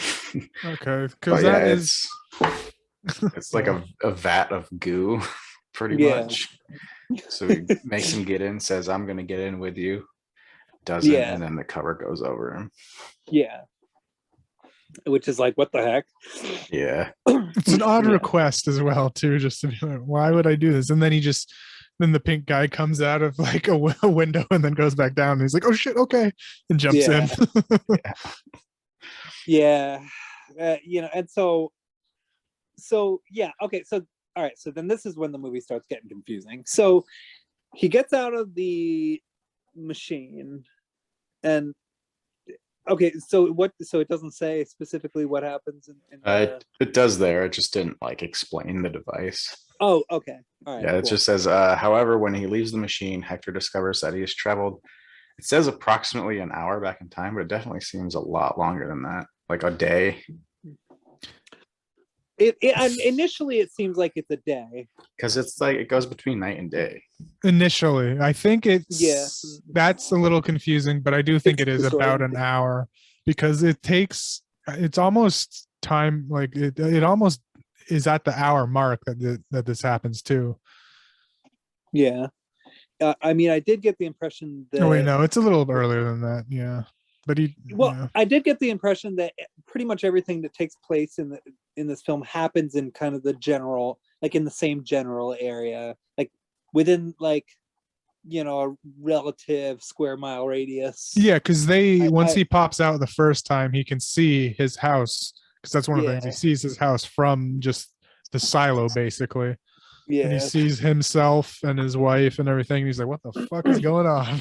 Yeah, but okay, that brings up though, like one thing I absolutely adore about this movie is the setting, because it takes place in the woods mostly, and the woods make the whole area feel a lot more big than it actually is. Yeah, it gives it that kind of atmosphere that is just unmistakable. I love movies that are set in the woods, because there's just so much mystery. Just being surrounded by trees. I don't know what it is. Yeah, but anyway. So the scientist explains that the machine is an experimental time travel device, and refers to Hector as Hector 2. The scientist tells him that they need to stay where they are and let events unfold. Despite the scientist's warning, Hector 2 drives off in a car, passing a cyclist, only to be run off the road by a van, cutting his head, which he wraps using the bandage from his arm wound. Yeah. And yeah, that's when he kind of realizes, like, oh, like like I am that guy. Like, Yeah, because he notices the cyclist is the girl that he Yeah. first saw. So he's like, oh shit, Yeah. I'm gonna have to do yeah, something about this, right? yeah, Yeah, he because stops the car, looks, and that's when the van hits him. Yep. yeah. So this is a really disturbing predicament because now we're talking about like concepts of fate and eventualism, and it's just sort of trippy to kind of think about because like obviously like if your initial instinct is to stay put, then the situation wouldn't have taken place in the first place. But because he chose to not do that, that's what led to the actual situation occurring. Yeah, because the Which scientist explains that we have to make everything happen. So Yeah. or else time will get fucked up. And then, so he's on under that impression. Then when he gets into Yeah. that accident, I thought a really cool shot was like the blood from his arm was like falling onto the floor of the car, but like dissipating. So he's like, oh, Yeah. and his arm was like more healed than general. So some Yeah. timey-wimey healing in there. And he Yeah, puts it which on just that first little bit, and then he realizes it starts getting pink. And he's like, wait a second. And he yeah. realizes what he has to do. So he wraps his whole face in the bandage that his blood's what make it pink. Yeah, that whole concept really messed with my head. And Mhm. yeah, so you had some body horror elements that were kind of touched upon that, and then also like the other thing is that by entering into this subsequent timeline, he's actually already unknowingly entering into a timeline that's essentially already been corrupted by himself, but he doesn't realize it. Like he's oblivious to that fact. So by entering into this corrupted timeline, he's actually sort of has just mistakenly re-involved himself in events that already occurred. Yep. So it's like, oh. And so so he encounters this motorist after so he gets hit by a van, and that's what causes the injury. He encounters the motorist and basically ends up so you can keep reading. Sorry. The bandage turns pink from absorbing the blood. The cyclist approaches to see if he's all right. It is the woman he saw earlier in the forest. He proceeds to replicate events by making her undress in view of Hector 1.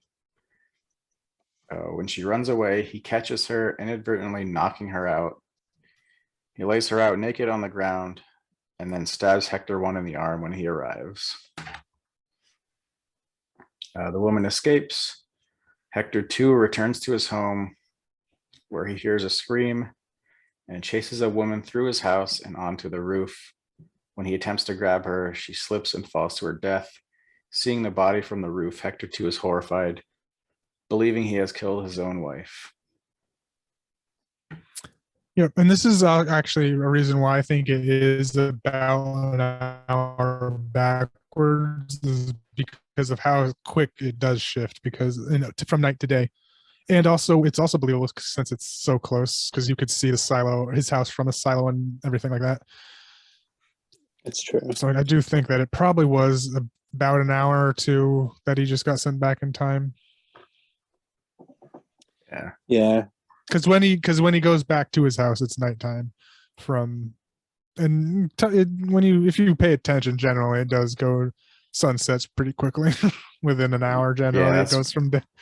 That's why it confused me. It was so sudden. Like one time, But complete darkness and then light. So I was like, I didn't quite get how long it was. Yeah.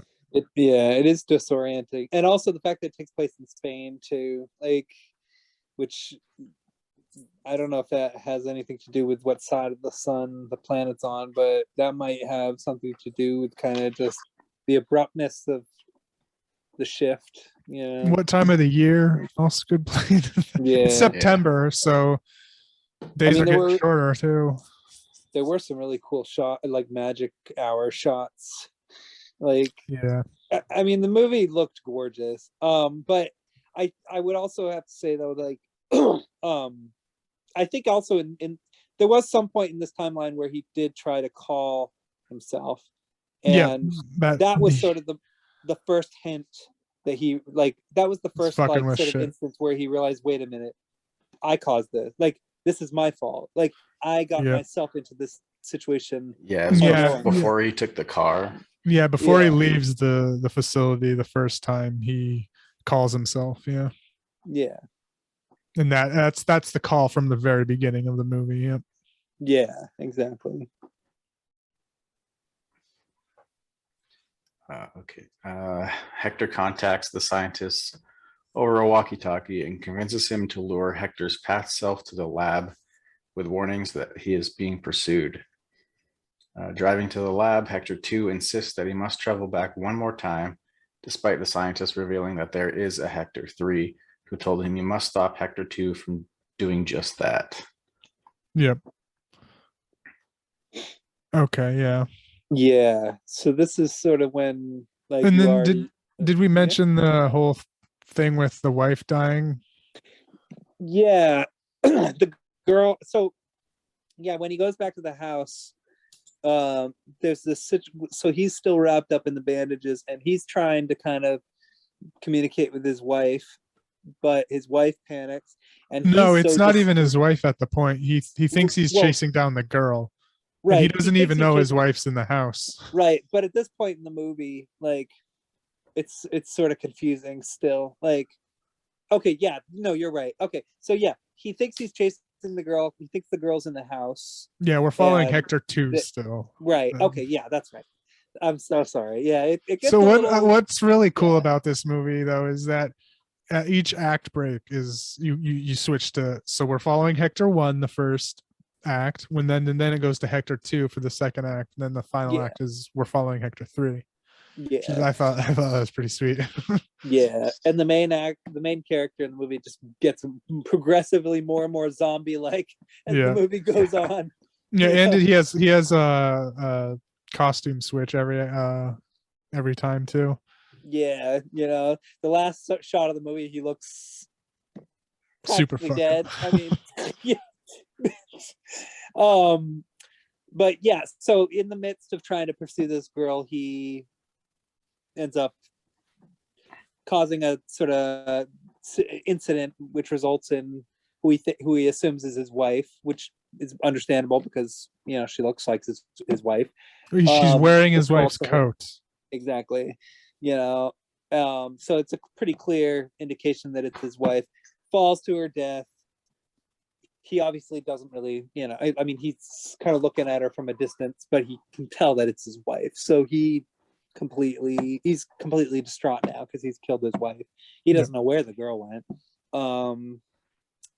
And by this point, he's pretty much just hightailing it out of there. Yeah, he's high. I'm thinking his motive is to try and stop him from killing his wife at that point. Yeah, which is why he decides to go back a third time. So he goes back a third time specifically to prevent the tragedy that happened as a result of going back a second time from occurring. But in the midst of going back a third time, I mean, he's kind of actually causing the acts that occurred the second time to reoccur.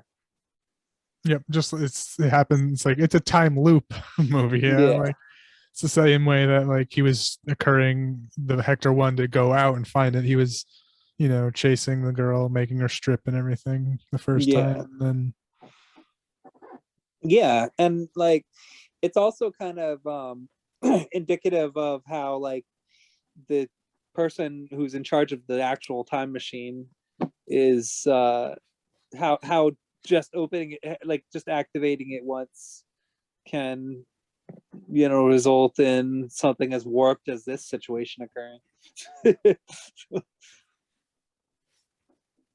It says a lot about his character that he can do that, knowing that kind of thing can occur.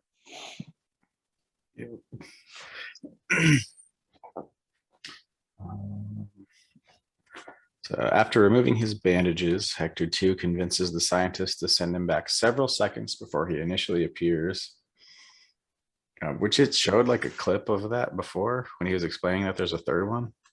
I wanted to go back to the beginning of the movie afterwards. Can you see his hand in that? You can. Okay. Oh Yeah, goodness it was. It gracious. was. I was like, oh, that's awesome. They did that. I went back. I was like, oh, because I think it was just a screen grab of it too, because it Oh, was wow. straight up. Because it looked like a screen grab, and then I went back, and it was his hands around the corner. You Okay. can totally see it. Yeah, didn't ever notice it the first time. Yeah. No, it's hard. It's easy to miss. Yeah. It's pretty cool though. Yeah, it was real cool. I love that. Yeah, so good. Yeah, he finds a van. It's yeah, it skips a lot on this last paragraph. Okay, Oh, so this is before then that. So this is what I had a little bit confusion with. Like I was a little confused when the Hector 2 now goes in, and then Hector 1 pops out, and then he closes it to get the last guy in, but I think there's just a time backwards skip after locking the last one in because he turns around, because I think it's the morning of, it goes back to the morning of the day, because then Hector 3 comes out. He's like, oh, I've done this before, spits it out, knocks stuff out, and then he explains, oh, I'm Hector 3, this is what's going to happen, I'm going to hide behind this shit, which confused me because that's when it abruptly switches again to morning. Yeah. So I'm like, oh, wait, what? How did this happen so fastly? Because he just barely closed it, and now it's exactly morning. So what I have to assume happened was that it was showing it stops there for this moment and cuts back to the morning of, because the scientist explains that right when I turned it on, some Hector 3 popped out. Yeah. So Yeah, pretty much. so it doesn't clearly denote it, and it happens so fast. I was like, what just happened here? But I gather that it was a time backwards to the morning of when the scientist first just turns it on and Hector 3 pops out. Yeah, for sure. And also And like Hector 2 did knock shit over and stuff, and everything was back to like normal and whatnot. Yeah. And, like there was a subtle change from the scientist. Like he doesn't change throughout a lot of the movie, but when Hector 3 comes out, he's got glasses on and he smacks him off his face and doesn't have them for the rest of the movie. Oh fuck, they're smart. Yeah. Yeah. Yeah. Wow. And he was a bit more confused than what the previous scientists were. Yeah.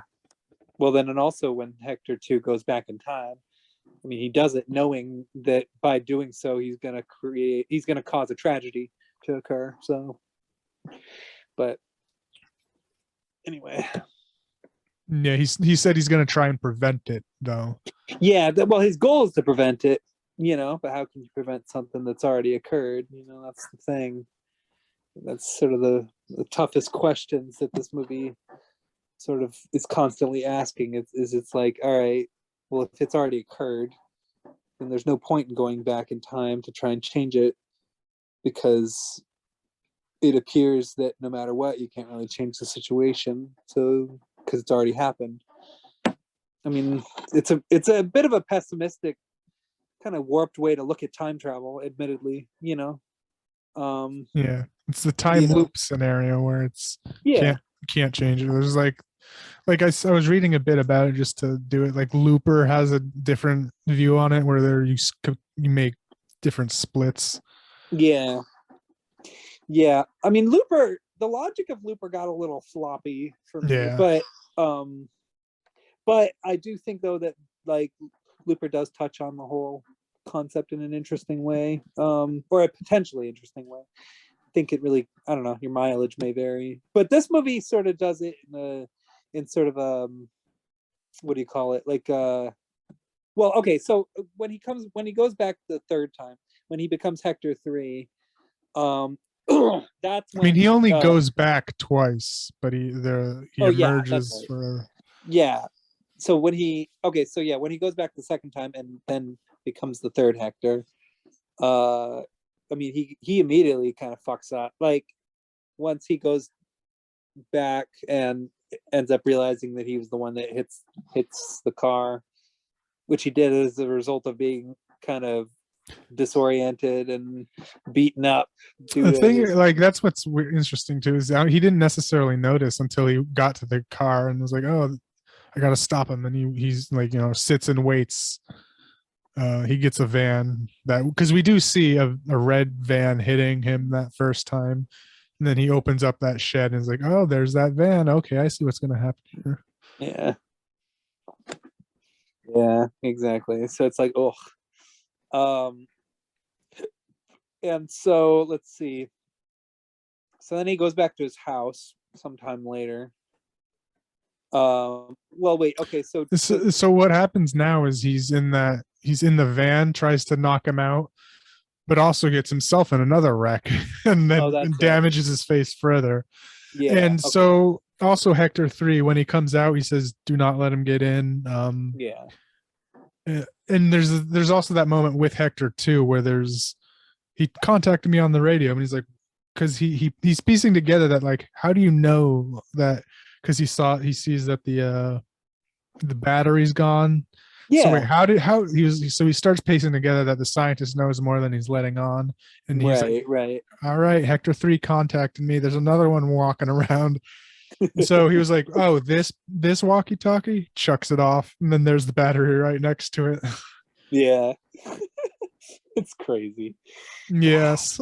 And then so, like, once he gets in that accident in that van, the company van, there happens to be a walkie-talkie in it. So that's how Hector 3 actually was able to contact the scientist after he threw it out. Yeah. Which in hindsight actually makes pretty perfect sense. Yeah.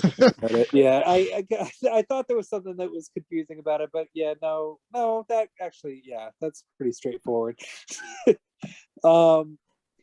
It's just because it's kind of the way it's presented is disorienting. That's all. But yeah, and the movie's disorienting is yeah part of the thing about it, and it's a cool little thing too, because it cuts back to the very first timeline where he's locking himself in, but he hears them talking, and it's Hector 3 saying all that shit, and then he goes back and you hear him, the Hector 1, and you see Hector 3 hearing in the conversation of Hector 1. Yeah. So you're seeing like 3 timelines merge right there. Exactly. And also that moment in the first timeline when he went into the other room to kind of scope out the building, and he heard something on the radio. Turned out, it's because the scientist was having a conversation while he was out of the room. They were whispering. Really quietly so they wouldn't hear over the walkie-talkie, but they were doing it, Mm-hmm. So there you go. It's pretty crazy how much he deceived himself. Yeah. He deceived himself so many times. Like, it's how many times can a person just be so self-deceptive? You fooled yourself. Yeah. Punked. All you need is Ashton Kutcher coming around the corner. Like, yeah, we made you think that you killed your wife.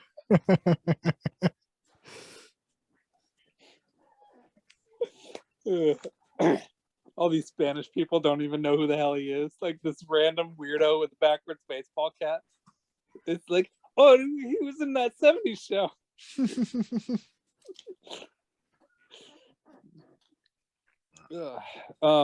So yeah, what else does it say in the plot summary, or does it just stop?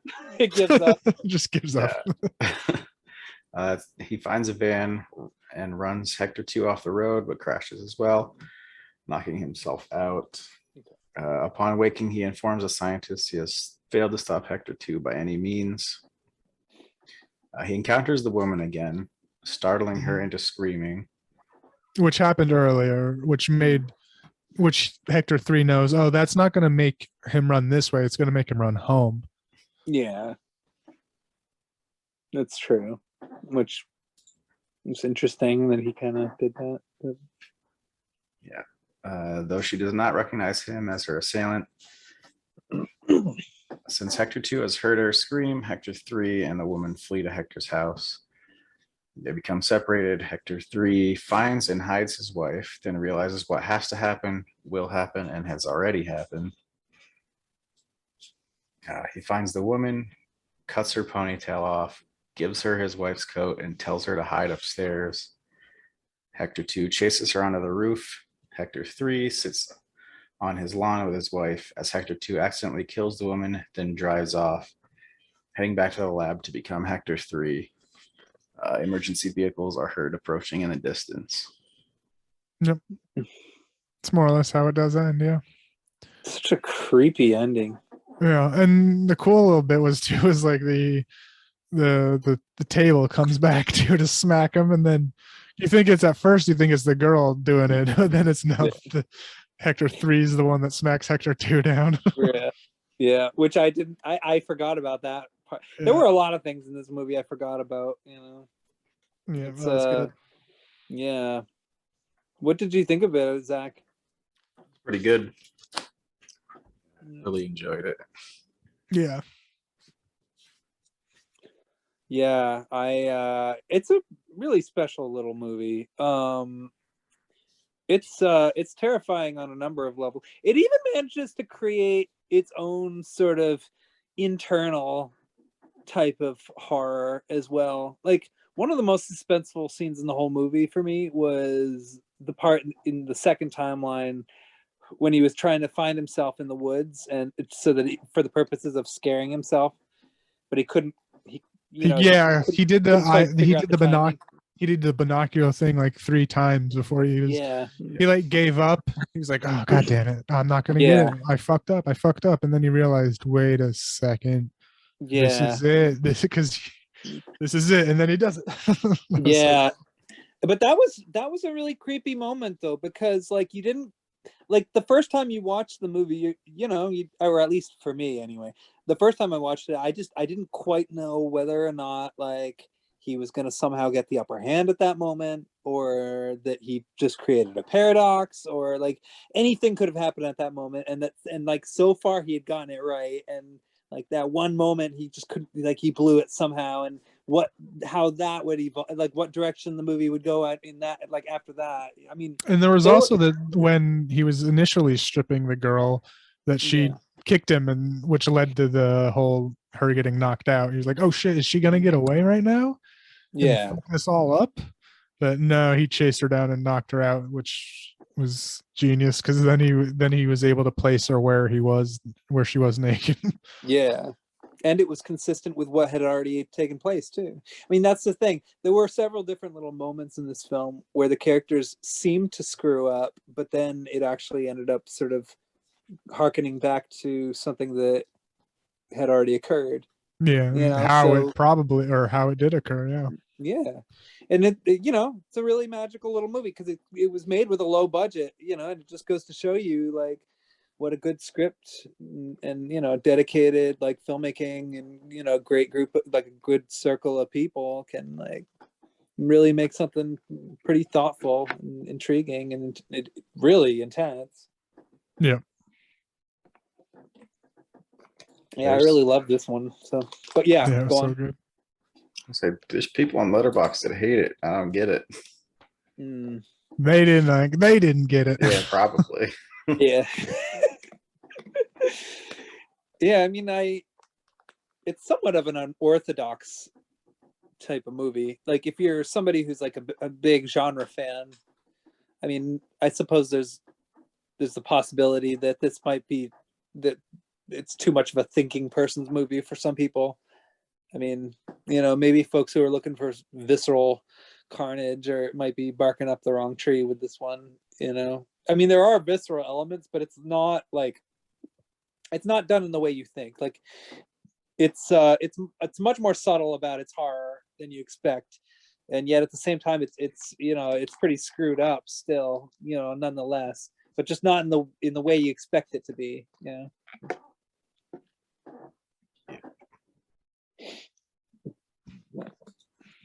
I really love this movie. I give it 5, honestly. Like I'd watch it like any day of the week probably.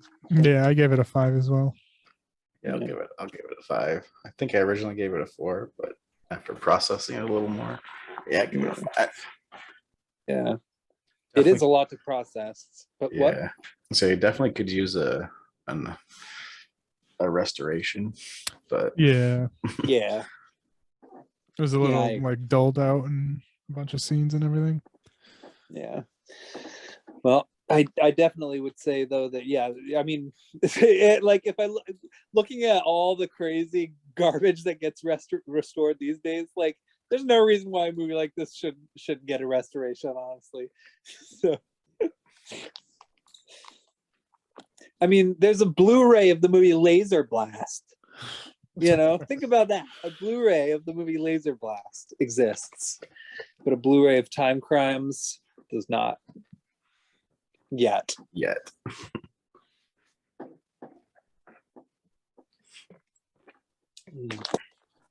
Anyway, yeah. So, having said that, I guess now we shall go on to the film that you chose, Nick. Yes, very different from the previous two. It's pretty different for each one. Yeah, I agree. This one is also a time travel movie, but different works, way different than the other one. Because Timecrimes is a closed loop is what I gather. That theory. And this one is it works way different, but I'll get into that once it's explained a little bit. It stars Domhnall Gleeson. Who's great in this movie. He's good. He's a good actor. He's best known for Bill Weasley, of course. Yeah.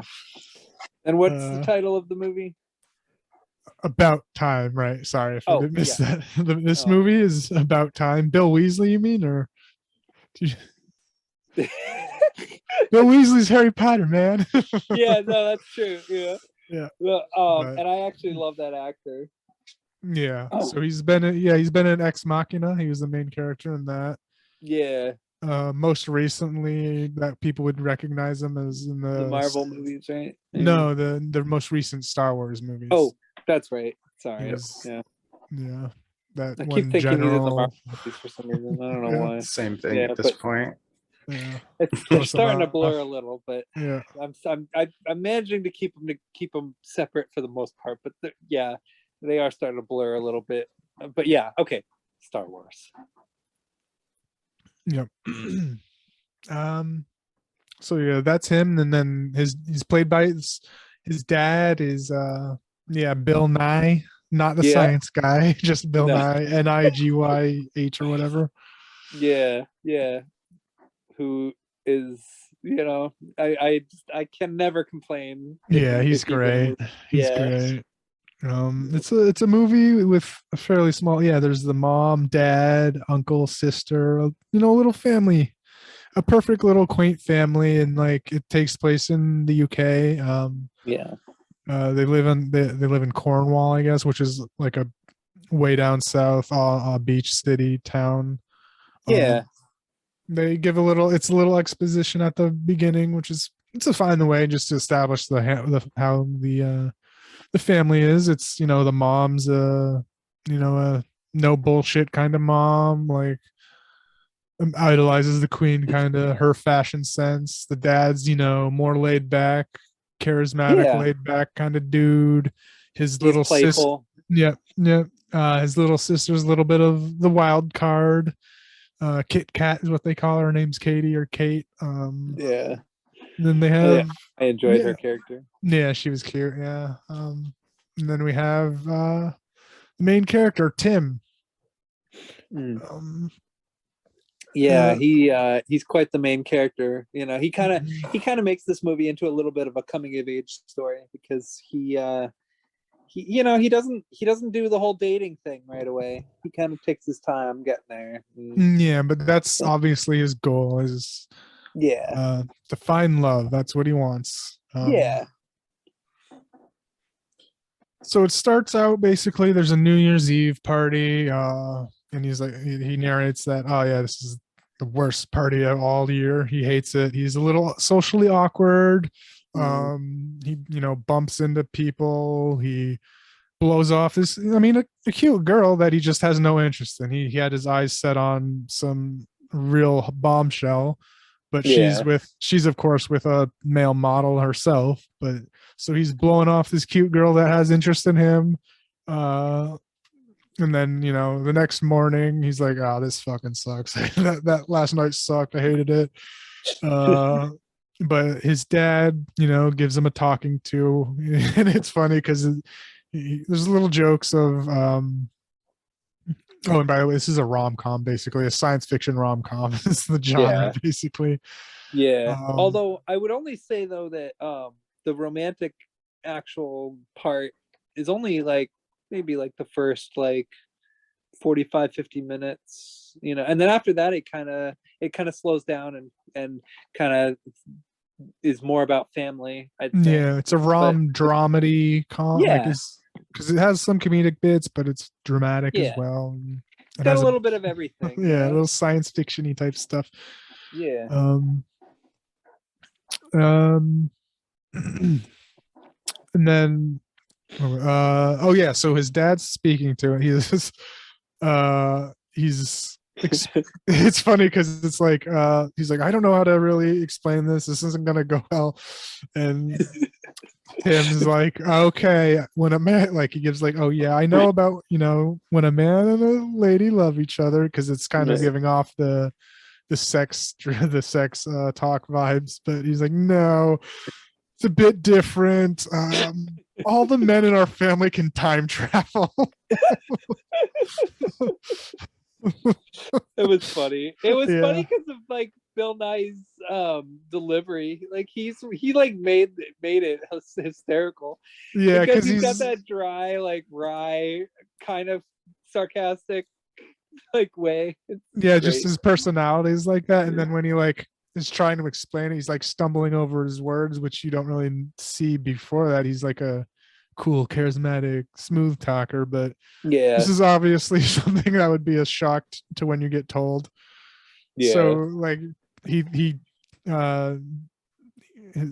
just gonna call him Tim because Domino is hard to say. I mean, you made his character name is Tim. So Tim is like, oh, you're just playing a joke on me, ha ha ha, because that's what, you know, it's established that his dad's a carefree guy. He plays jokes on people. So it's like, oh yeah, that's a funny joke. And Bill and the dad is like, go ahead and try it. How it works is you go into a dark room, clench your fist, and you think back to where you want to go, and it only works within your lifetime. So it's like, so you can't go back and kill Hitler and stuff like that. It only works within your lifetime. It only affects like your life. So he's like, okay, I'll go. I'm gonna go in this, and if you're just gonna make me look like an idiot. So he goes into his closet. And then he gives it a shot. He goes back to the night of the party, and he's like, he's in his party attire. He's like, oh shit. And he realizes it fucking worked. He goes down and sees stuff going on. He misses, like in the beginning, he knocks over a table onto a bunch of chicks, and then he like dodges it. And then, and at the end, and then at midnight, he actually kisses that girl instead of being awkward as hell. Makes her night. He's like, oh yeah, no problem. There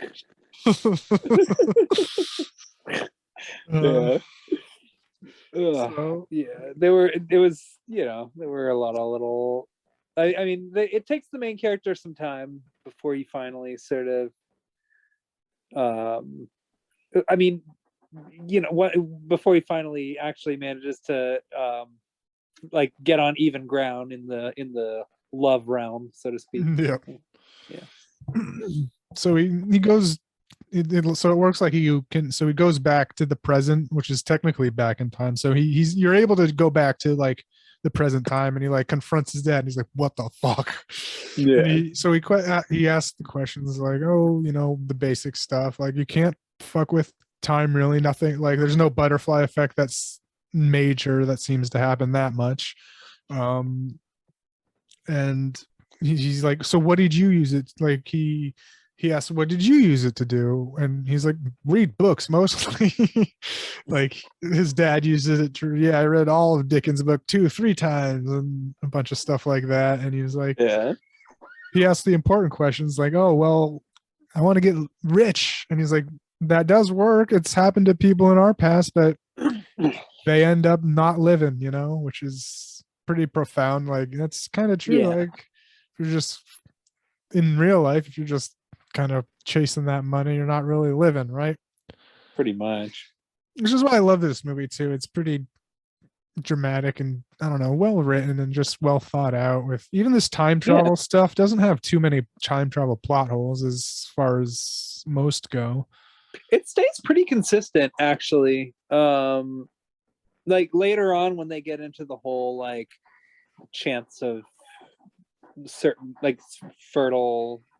Yeah, there's definitely there's like that was interesting. That there's definite chance things that can get fucked up, like obviously. But so he's like, and his dad asks him, so what is it that you really want to do? And he just responds, I kind of really want a girlfriend. Which is one of the main things. Yeah, I mean, honestly, that's probably that's probably what I would try and use it for too, to make my dates go better than I've had.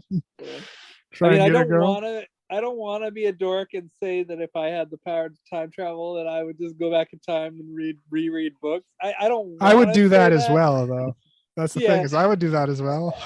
Yeah, I would too. I mean, I'm a big enough dork that like I'd do all of that. Totally do that like a million times. I'd read like anything and everything. Yeah, like so I understand why you wouldn't want to necessarily use it to get money, because at that point, money is fairly useless if you can just kind of do whatever the fuck you want in your life. Yeah, there's no need. So so it ends up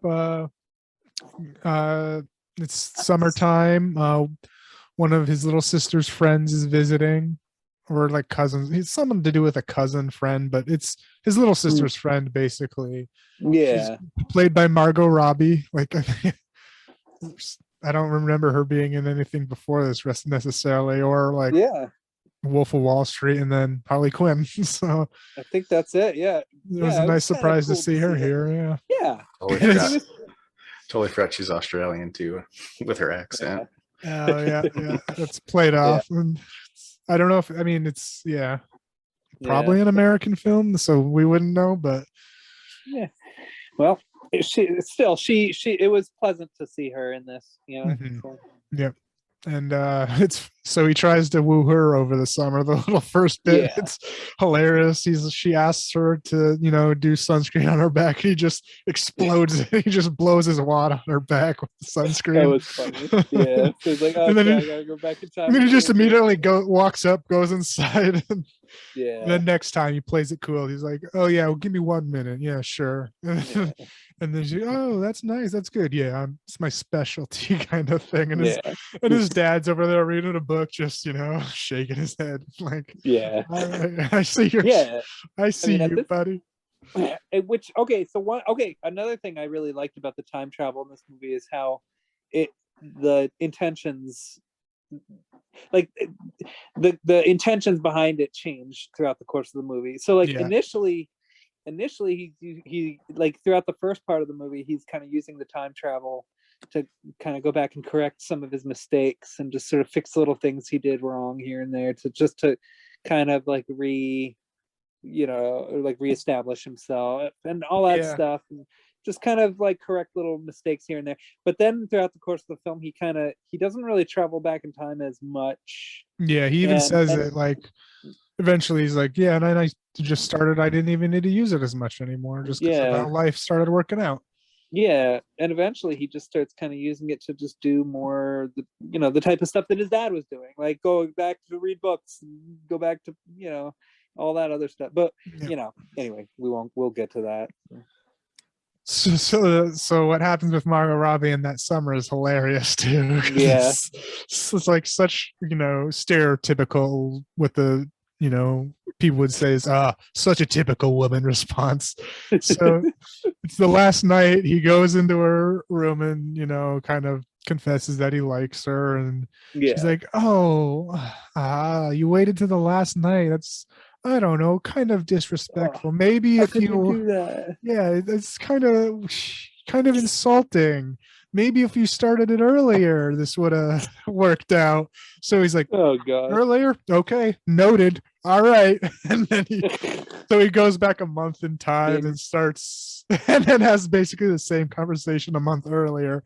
And then And then she's like, oh, maybe, I don't know. How about you come back on the last night?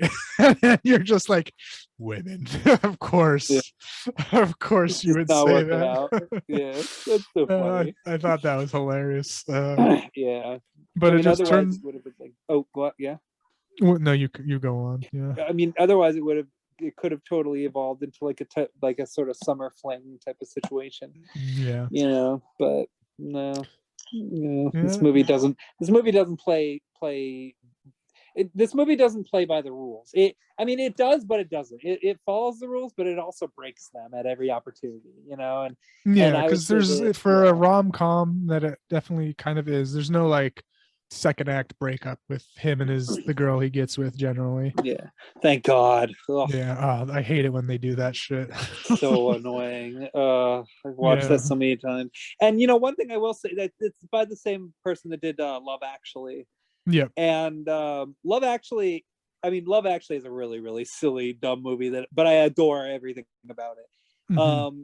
And I feel like Love Actually was kind of him barfing his brain out onto the page and just seeing what sticks, what doesn't, trying different things. I'm going to include 19 different romances in one movie, seeing what happens. I'm going to have some end up sad, some end up happy, and then maybe I'll figure out what my strengths are. I feel like with this movie, he's really this film really had like demonstrates how much he's kind of grown as a storyteller in that sense. So Yeah, definitely. yeah, but anyway, sorry, go on. I mean to divert.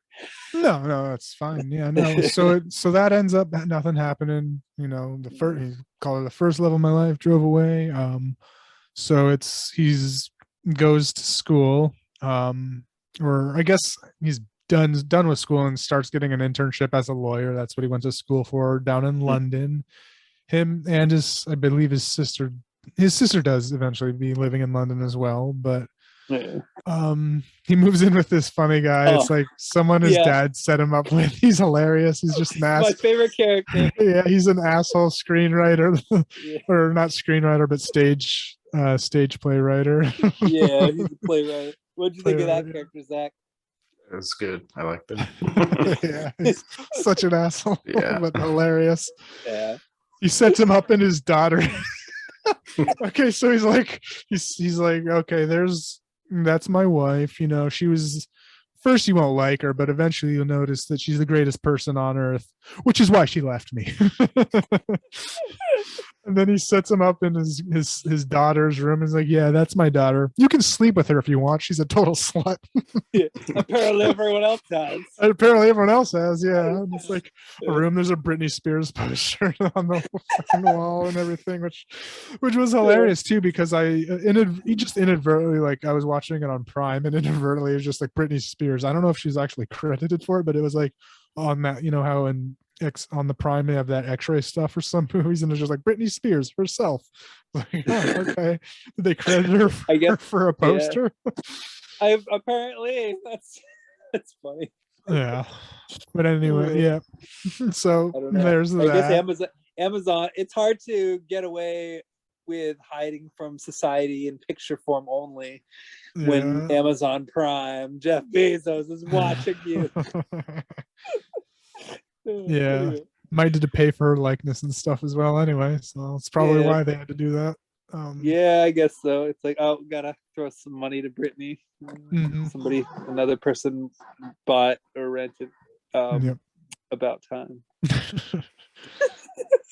So it's they say about 6 months pass. He's living his life in London, doing his thing. Yeah, nothing out of the ordinary. His buddy, he's actually one of his childhood friends that shows up during like the summertime as well, during those summer scenes. Who's a bit of a loudmouth, kind of a good guy, but yeah, probably not the type of person that you'd want to have speak at your wedding, though. Nope. Obviously. He shows up, he brings him to a really cool restaurant, actually. Like this restaurant I want to go to this restaurant. It's a really cool concept. Like, which I don't know if I've heard of it, because I watched this movie a while back and I remember loving the movie, but I remember this may have been where I heard of it. It's a restaurant completely staffed by blind people. Oh. And That's cool. the idea is that you go into and you eat in the complete pitch blackness, and the restaurant staff is able to serve you dinner, cook. Maybe, I don't know if the cooks are blind, but the servers Oh at least wow. are. And I think it actually exists, honestly, because I think I've heard of it outside of the movie. Yeah. That But sounds like a really, really cool idea. I have to admit. yeah, I would do so it. I want to do it. It sounds really cool, and I want to live in London too. That seems just like a dope city to live in. Yeah, I would give it a try, I think. Yeah. Give it a shot. I've been there. I visited, and it was really sweet. But Yeah. Yeah, I've never visited, but I've known a number of people who've lived there. So my brother's been there. it's fun. Yeah. Yeah. So at this dinner, this is where the meet cute is. Technically, I would call it the meet cute. The first one, I guess. Yeah. Yeah. He's sitting, and it's a complete scene of darkness. You see a little bit of glare from like silverware and stuff, but you can't see the actors at all. It's his friend Jay is making an ass of himself with his girl Joanne. Yeah. Lots of funny dialogue. Yeah, there's a lot of funny dialogue in there, and Tim's being cute with the girl Mary, who happens to be his mother's name. Yeah. There's that, and they hit it off in the dark, without having to see each other.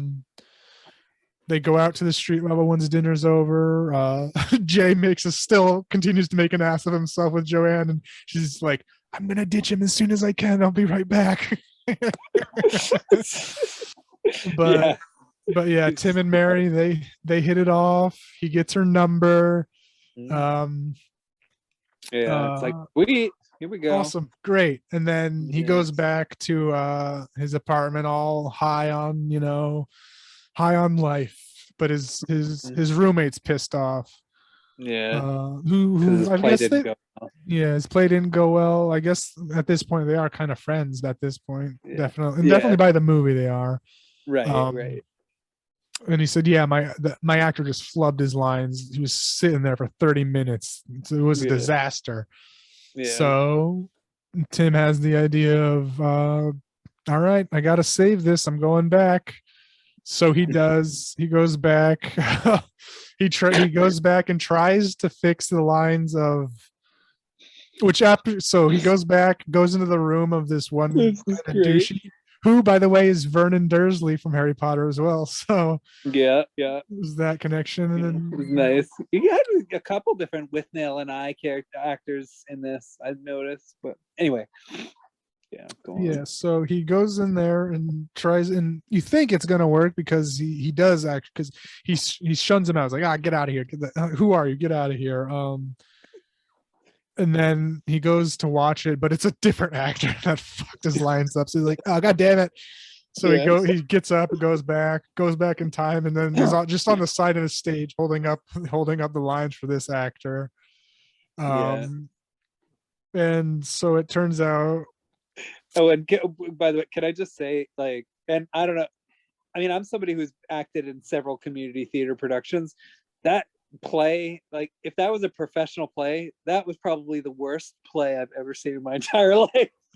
Yeah, that was pretty cheesy. It was funny, but maybe part of the joke as well. It was like, maybe, like, it was like a courtroom scene. Yeah. Like, to be or not to be or whatever. Like, I don't remember. Or I hereby pronounce you guilty. Like, typical sort of like courtroom drama garbage. Like, and like, coming from somebody who's like been in a play where all you do is sit in church throughout the whole story, like, that's saying something. Yeah.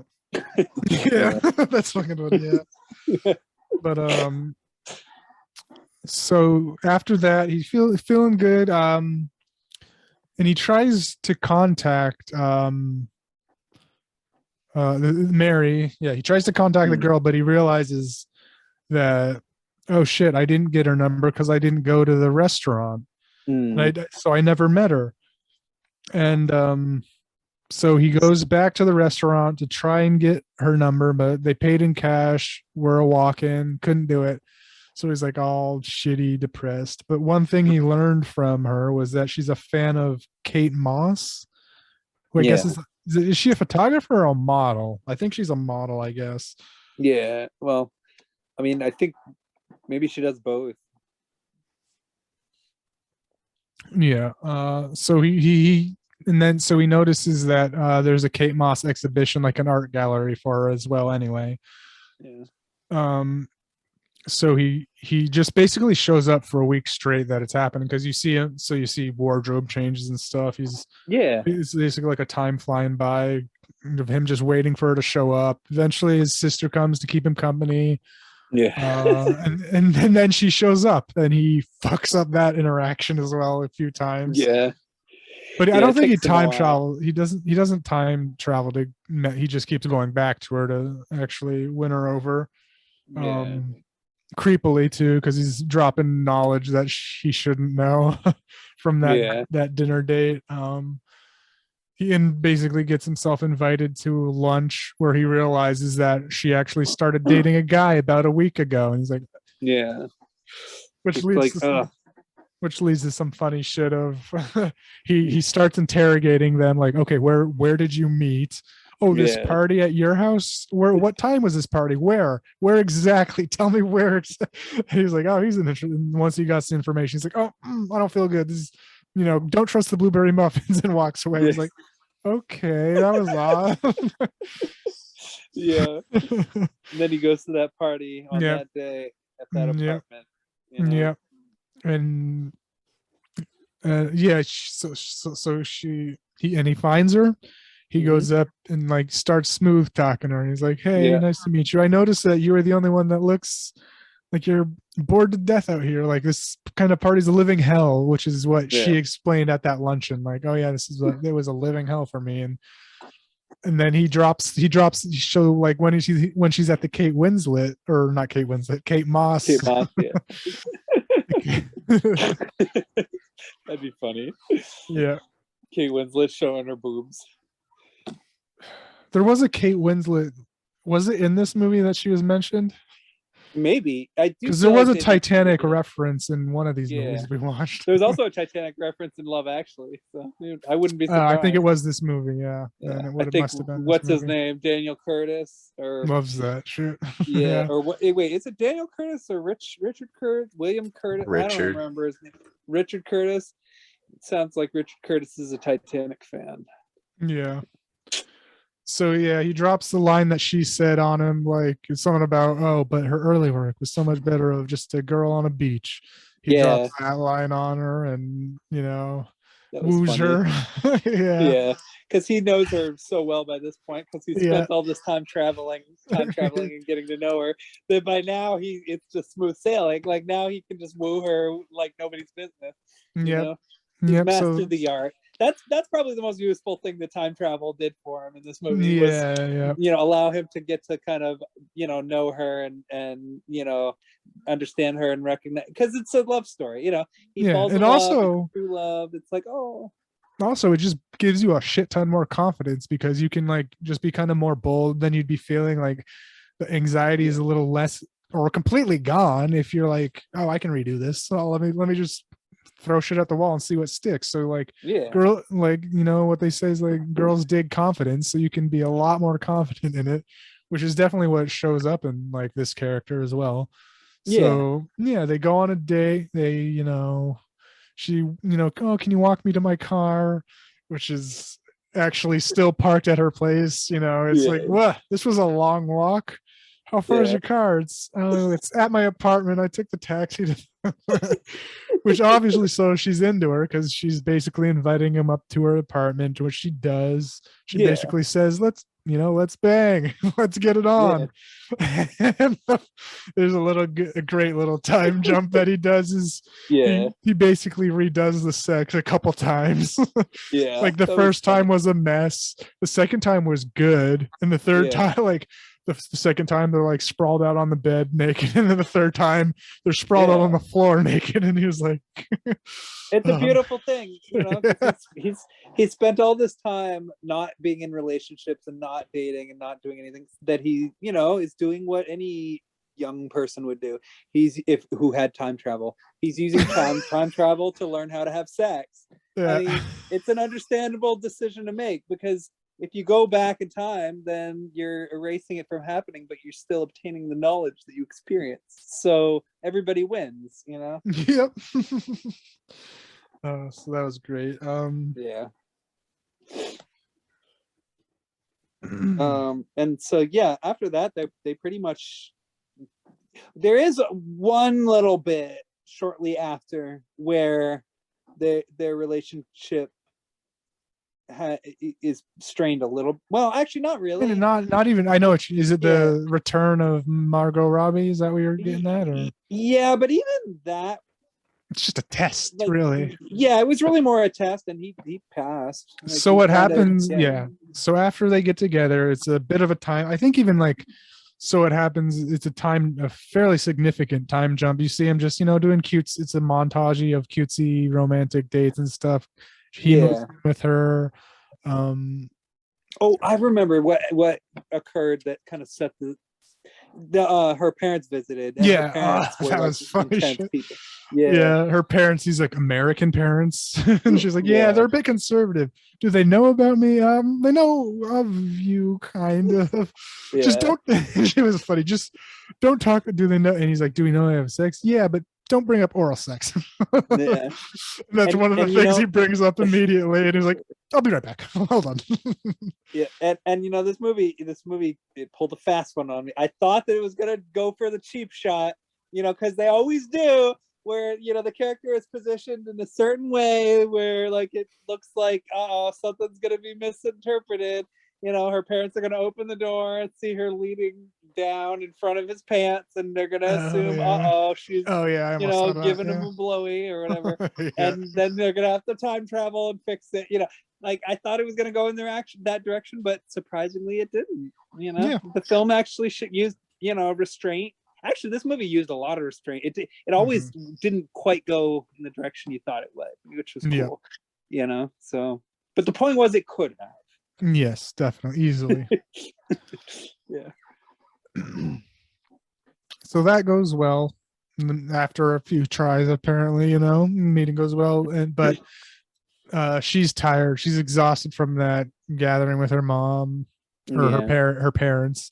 And Tim's like, I got 2 tickets to theater tomorrow. Do you want to go? Let's go. And he's like, no, I'm just going to sleep all day. There's only one thing I like.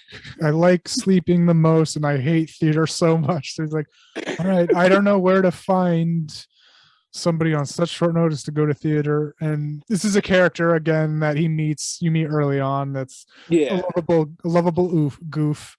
It's one of his work co-workers, Rory, Roger, whatever you want to call him. Robert. He's like the goofy type of character, kind of like the character in Love Actually who goes to America and hooks up with Alicia Cuthbert.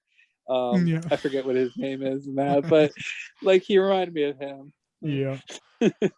So they're at that play, and then coincidentally Margot Robbie is there. And he at first tries to, just say, hey, what's up, casually, and he makes a goof of himself there. He thinks, because she uses the term girlfriend as, friend that's a girl, and then he makes, oh, that makes sense. That's why you denied me that one summer, because at this point they mentioned it was 3 years ago, so time has passed significantly. So they have been dating for like around 3 years, and so so that's why you didn't get with me that summer. You're gay. And then she's, no, I'm not. And he's like, I'll be right back. I'll be right back. Rewind. Yep. And then he rewinds again, and again he makes an ass of himself. So he's like, oh yeah, you shouldn't probably use that term girlfriend for everyone, because some people think it's gay. And then her friend actually is gay, and he insults her. And then he's like, okay, bye. And then he just goes back and eventually decides not to even go up and talk to her. But they run into each other out in the streets, which leads to her actually kind of being interested in him, because he's playing it cool, nonchalant kind of. And she invites him out to dinner, kind of brushes Rory off, funnily. They do hit it off. She's like, I wish maybe I made a mistake. Women, right? Maybe I made a mistake all those years ago. Maybe we Yeah. could have had something. Yeah, like I'm having second thoughts. Ugh. Yeah. Yeah. They end up, and you can see like, uh-oh, like you can see the look in his face, like, uh-oh, this is going where I think it's going. She Yeah. basically invites him in, and then he's like, I can't do this. I don't love you. And well, he doesn't say that, but he's like, yeah, sorry, can't do this. I got something important to do. Yeah. Which is exactly. yeah. So this is where he goes, and this is where it starts to get less comedic, I'd say, and more into the more family oriented, or not Yeah. oriented for like family film, but like Yeah, because I family would say family centric, I'd say. yeah, I would say this movie actually does a huge left turn at this point because so he almost gets with Margot Robbie, who's, she's, yeah, like you said, she's kind of like, oh man, second thoughts. I was, it was an interesting situation. Maybe we could have had something, call me by your name, all that shit.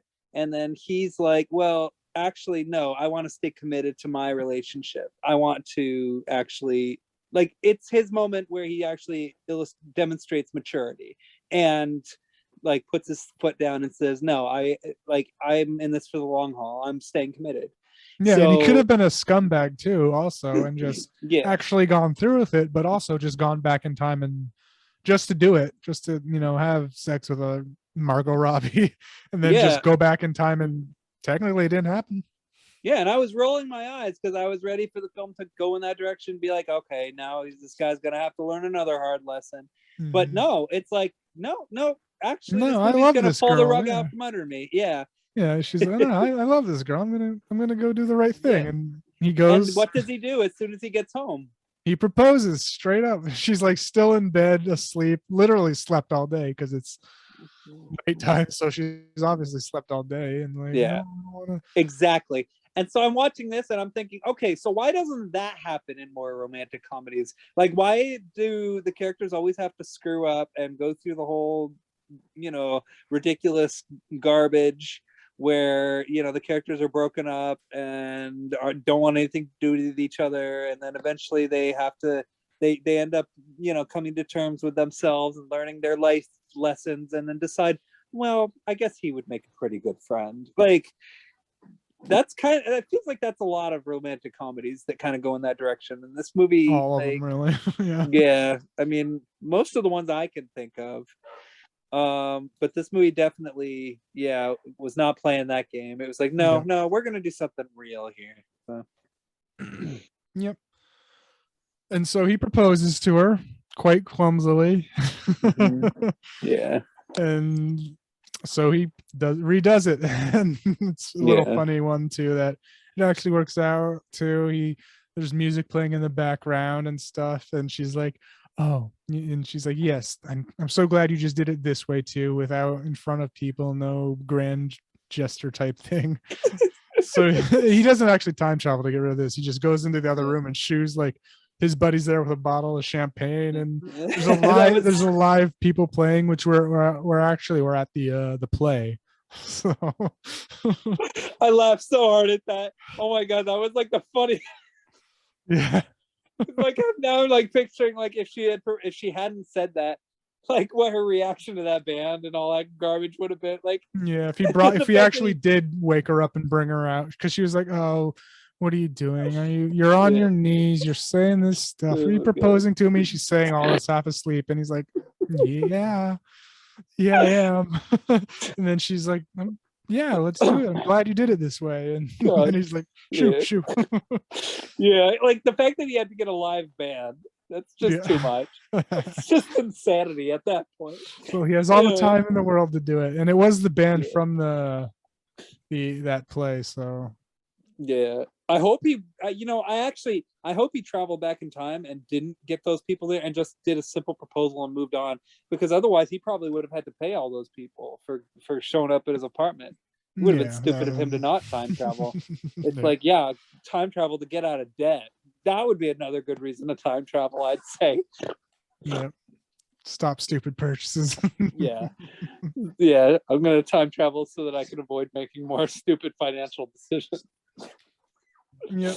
So this is where it's kind of speeds up around here because Yes. they're getting married. They go to the parents' house. I think this is the first time they bring Mary to his parents' house. I think they definitely know of her and they fall in love with her because she is a great character. Rachel McAdams, does a great job. She's lovable she's loved by everyone. And Yeah. Rachel McAdams was great in this movie. rightfully so. It was a great character. Yeah. Understandable why he fell in love with her. Understandable why he ditched Margot Robbie for her. Yeah. Yeah, but- she's a great character. She's not like your typical type of like romantic interest. She's actually like supportive, but she also like has her own sort of individual, like she's smart, very much her own got her character. shit together, all that kind of stuff. Yeah, and she walks with confidence, which is Mhm. probably why he's attracted to her, because he's not the most confident person in the world. So she's his equal. She's the confident one in the relationship, and she's the one that kind of steers the ship while he is the provider and all that stuff. Yep. So they're there and they give the news that they're getting married and that it has to happen soon because she's pregnant. Yay! Yeah. And then Excellent there's the family. uncle there too that we haven't really mentioned much, but he's like Oh, he's yeah. funny as hell. He's like he obviously has the ability to time travel, and they never tell us what he does with his time. Yeah. But or if he even uses it, because he's not mentally challenged or anything, but he's a bit simple. He's just a space head, like clouds in the clouds, like his head in the clouds. He's always thinking, like he always looks like he's pondering something. And it happens a few times, like, oh, like at that meeting, he's like, oh, who are you getting married to? Mary. Oh, would have been awkward if you got married to some other lady. And then she's like, then when they announce the pregnancy, he's like, to Mary, he's like, oh, and who's the father? Tim. Would have been awkward if it was some other bloke. So that character was funny as well. Yeah, he's a deep character. We all know and love people like that who are kind of more internal. Mhm. It's a good way to be. Yeah, he's living his life. Yeah. And then so they're planning it. They choose the date, the best man. There's a little cute little strip scene where she has to force him into making decisions like, where are we going to get married? I'll take a piece of clothing off for every answer. And then he chooses Rory as his best man, which is the coworker. Yeah. So we're at the wedding. The wedding goes off. It's a really cute wedding. She doesn't wear her typical, dress. It's a red dress. She plays this Italian song that was his idea, but she shot down. But she did it for him, and it's a cute little wedding. Yeah, I liked it. Yeah, and then we see the bride, the groom's, the first best man's proposal was Rory, which went poor. Yeah. He just starts going into his job, like tries, because he's like, oh, I got this book, I'll say an anecdote. So this time at work, let me explain what we do, and all. So he goes on, and then he's like, hang on one sec. It's like boring. Yeah. He goes back to choose his childhood friend, which is the other guy, Jay. And then he just starts embarrassing the hell out of him. He has a PowerPoint of all the women he's slept with and like numbers associated and attached. He's like, so this means he got a blowy. This means he got all the way with her. That's so funny. Yeah. And then he eventually settles on his dad to be the best man. Yeah. And he has a talk after the best man speech, and his dad was like, yeah, but I forgot to say I love you. I think I'm gonna have to redo it. This was like one of the real first conversations they have about each other time traveling. And he's like, no, you don't have to. It was a great one. And he's like, nah, it's something I gotta do. So we see him giving another version of the speech, which was just as great. Both speeches were great, Yeah. But and it was also kind of neat. It was neat to see like Tim obliviously being affected by his father's decision to time travel. Like the Yeah. film didn't try to delve into the concept of alternate universes or anything like that. It just stuck to one kind of general through line. Yeah, But it was unless cool to so kinda, what happens what this movie is a linear time travel movie yeah, basically, yeah, whereas Timecrimes is classified as a time loop time travel movie.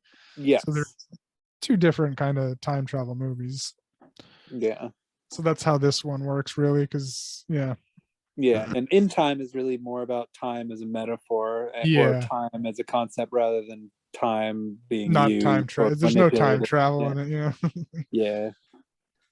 um The only kind of time travel, or the only kind of time that's in time, is time to get to work. That's basically, yeah. Time to travel through time zones. yeah, that too. um so we do another little lifetime montage. Yeah, The baby is born. yeah, she's beautiful. She's starts growing up. It's a couple years later.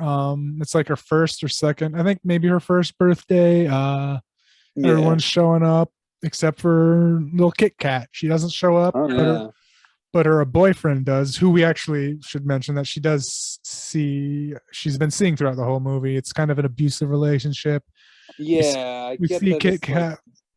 We see Kit Kat a little troubled throughout. She's a free spirit, so she has a little bit more, a wild side to her. And then so she doesn't show up. Yeah, she's a troublemaker. But I like her a lot too. She was nice. She means well and free spirit.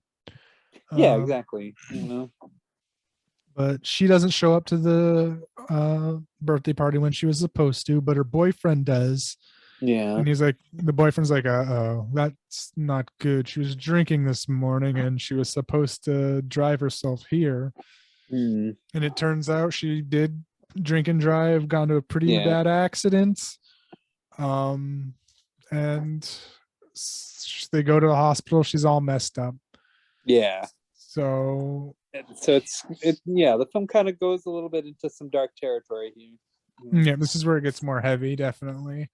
Yeah. The more real implications of this time travel stuff and how it could affect your life and how well to use it at this point, really, and the good to use it on of everything. Right, because the older you get, the more you have to kind of be a little bit more choicey. Like selective. you have to be more careful with what choices you make. Yep, and then that's one thing. Like he does use it less. Also, he even says so once they have the kid, he's like, I don't even need to use it that much anymore, just because I want to live day to day and see my kid grow up and watch her mistakes happen and everything. Exactly. But the sister, so he goes back to try and fix the car crash. He like interrogates the boyfriend, like, when exactly did she leave from where? So he goes, stops her, and basically tells her that he spills the beans that this is what I can do. I can time travel. Yeah. And we're going to fix this. We're going to fix your problems and issues and everything. So they time travel again back to that first New Year's Eve in the very beginning of the movie where she meets this douchebag boyfriend. Yeah. And she beats the shit out of him, like straight up just punches him and starts kicking him on the ground. Like, oh, because he's getting with another girl. And it's like, oh, if it wasn't me, it was just going to be some other girl. He doesn't care about me, really. Yeah, exactly. So it's like, oof. Yeah, so after that it's like, so let's work on your real life. Let's go back and travel back to real life. So they, time travel back to the present. And then like things are gonna be different because you completely changed your life. And it turns out that she actually is now in a relationship with his buddy Jay, which was cool. Which was nice. Cool. Because it all starts flooding back to her. Like we see like her interacting, like, because it's like a flash forward of her life from that moment. I didn't expect that. Yeah, and then she's like, holy shit, Jay, I'm with Jay now. He's really sweet and kind and nice. So that was great. We see how time travel kind of even works in this even more so. But unfortunately, it doesn't last long. There's a rule Oh yes, that I remember this. there's a rule that his dad probably should have mentioned beforehand, before, because they knew the kid was coming. So I would have, if I was a dad, I would have taken the time to say this. But Yeah, because you, this could potentially be pretty consequential. yeah, so you can't travel once you have a kid. You can't travel back before having that kid Right. because, unfortunately, a different sperm could reach the egg. Which And makes that's, perfect sense, yeah, because actually. he comes home and sees that now it's a little boy, not the little girl that he, fell in love with, and it was his daughter, and this is a completely stranger to him. Yeah. So It's like this funny looking little boy who just gives us dopey looking, and it's like, oh crap, where's my daughter? yeah, It's kind of a funny moment. yeah.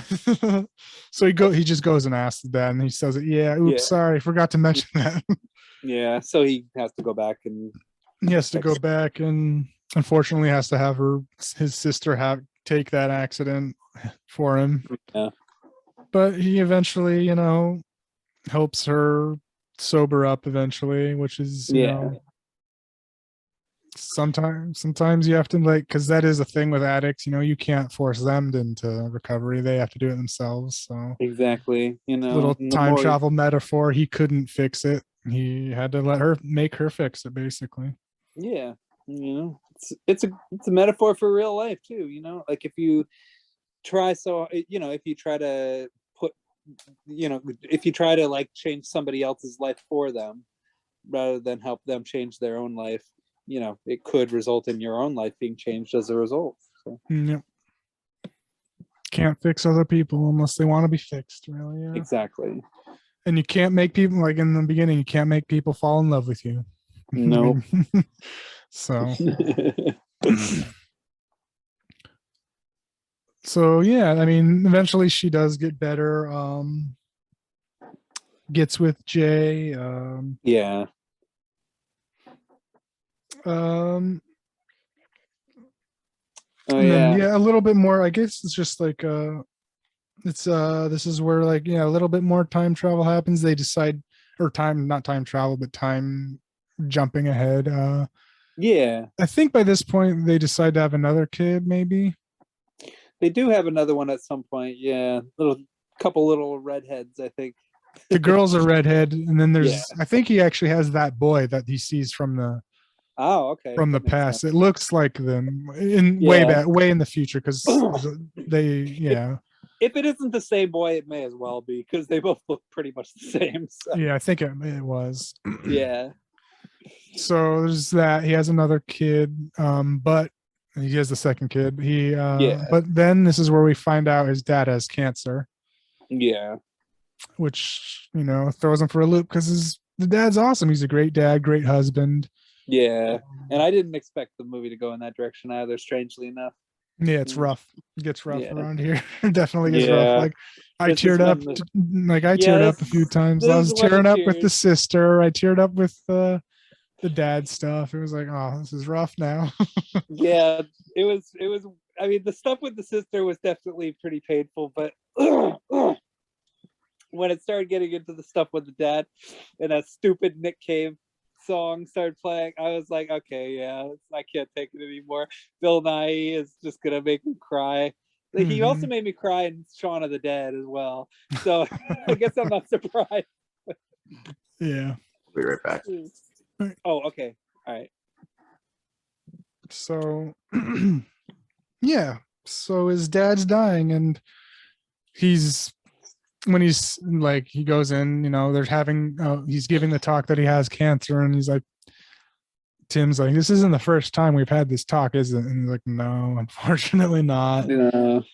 So we get this, and that's another little drop that he's probably been using this just as much as he has to fix conversations and stuff. And he says, like, yeah, he was like, it's lung cancer.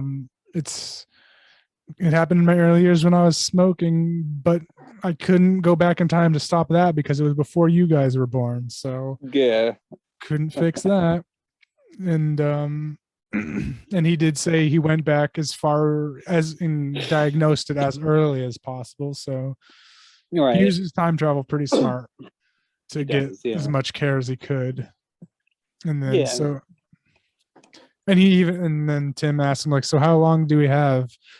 They say it could be years, but then he was like, come on, I know you actually know because this is you time traveling now. And Yeah.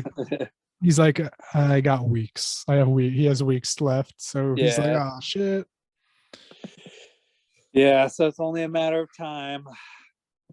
Yeah. And his dad, so his dad said, and during this conversations, his dad said he starts, giving him one last tip for time travel and stuff. He's like, this is something I learned and this is what I do. And it's like, it was like the part one of it was just live life as normally as you can without doing as much time travel as you can, because you're missing out on a lot of stuff if you're trying to fix everything. Yeah. And then the part two, which is actually like kind of an assignment-ish, that was more metaphorical. This is more of a like kind of how he does it is he lives every day straight up with all the faults and everything, all the shitty things. And you see Tim going through a pretty crappy, mundane day of life. And then he says, but the part two, you go back and you live the exact same day without anything. You don't change a thing, but you notice all the good things that are happening. So he's, he goes around, he notices, like, for instance, he's like, he goes to he's like, you see him go through a shop. He notices he just has an interaction with a cute girl, like a nice friendly interaction. He's like, oh, he has a nice charming little interaction with her. Yeah. He's at work because he's now by this point a full-fledged like lawyer. I don't know what the hell they're wearing those wigs the British people do. Yeah, I don't know exactly what they're doing, but it's some kind of important thing. Yeah. Oh, and at the beginning of the day, like his boss is being a dick to Rory, and he was like just fucking around, like saying dick. Like he wrote a sign calling him a dick, and then he's like, when they're in the courthouse, it's like an old courthouse. It's like, wow. Take a look at this beautiful courthouse. This is an amazing structure. Yeah. Like, just having a good day, just taking it easy the second day around. Yeah. But not changing anything. So. And, that's a good message because definitely. I mean, it's easy to just sort of forget. It's easy to like ignore or tune out like all the really beautiful things in life, when you get so focused on, which I guess is kind of what in time it's about. Like, yeah, when you get so focused on all this other stuff, you end up losing time, and then yeah. So after all that, his dad does eventually die. We don't necessarily see the funeral. We just see everybody preparing for it. His dad, and he time travels back once more to and then we get the idea that, he can just time travel back at any point to hang out with his dad some more, even though he's dead. Yeah. And he goes back and is like, he's back to a point where he knows he's dying, and he's like, why are you here? Oh, okay. How did my brother look? And he's like, he looked pretty good. He was looking good. Yeah. The funeral was real nice. And happy about it. Yeah, and he made sure to specify everything properly, Yeah. And one great thing about the brother too is there's this just little nice moment of like, the happiest day of my life was actually at your wedding when your dad said he loved me. And then this is probably the worst day of my life, which was at the funeral and stuff. So that was a really nice, touching moment as well. Yeah, definitely. So this is where the movie's wrapping up to. It's so Tim had to basically convince Mary to get a second child, but this time the tables have turned. She's the one that wants a third child, but Tim's hesitant because he knows that once he has this third child, he'll no longer be able to go back and see his dad anymore. Which Yeah. is, it's like having a third baby is saying yes to the future, but saying Yeah. goodbye to his father. Which Exactly. again, this whole back 20 minutes is like pretty depressing, but At that point, I would just be like, all right, that means I got to bring a video camera back to the past, yeah. record all these moments, and so that I can relive them again and again. Like, just so that there's that at least, Yep. But So then he's that's like, hanging on to the past, mhm. Go on. So he's like, at this point, she's 9 months pregnant with the last child. So he's like, all right, this is the last moment I have with my dad. He goes back in time. He they play table tennis together. That's one of their main things they do to bond. And then, Tim's acting all depressed and like, not depressed, but like, poignant. Yeah.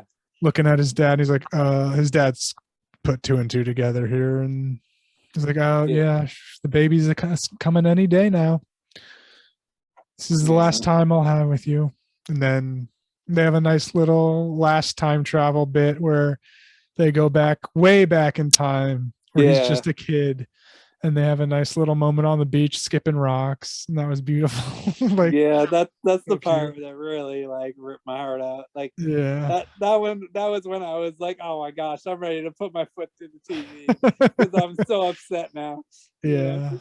And he's like, because it does in a good way though. Yeah, and he's like, this does break the rules of going back before kids were born or whatever, or going back way too far in time and stuff, but they don't do anything that would necessarily alter it. They just have a nice memory together, just a walk on the beach. Yeah, and they don't change a thing. Yep. So yeah, and and then it just ends with like a nice little monologue of him saying, and I honestly barely use it anymore. I just try and live every day like I would be waking up for the second time, as per my dad would say, right? He's like, I just try and live it every day with seeing the good and shit that goes down. Yeah, I love that. It was a great way to end it, because these are the type of characters that you really want to see them, just be the best that they can be, because they've actually, worked pretty hard to get to where they are. You like them, you like them when they're together. It just works. Yeah. Yeah, I loved it. It was a great movie. Yeah, I loved it a lot. Yeah. Yeah. Thanks for recommending it. Yeah. Yeah. What did you think of it, Zach? That was good. Like, this is a poster I'd seen a lot. I was just like, yeah. So I probably never would have watched it, but I really enjoyed it. Yeah.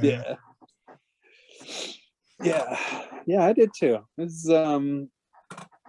was definitely, it was a romantic comedy, but it wasn't like an annoying, cheesy one. It was a straightforward human story. And, you got a great cast, great script, lots of wonderful little messages and hopeful moments, beautiful montages, good soundtrack. Oh yeah. The soundtrack was great. Yeah. It's funny. I wrote down, there are a lot of songs about love about time. Yeah. Like a lot of love songs do have time related themes to them. Yeah, definitely. And but somehow the songs never felt like they didn't feel cheesy, like they flowed well with the movie. Like they didn't draw too much attention to themselves. Yeah, like that Cure song, that's amazing. Yeah. Tuesday, I don't know the whole words to it, but I'm in love. I'm in love. Yeah.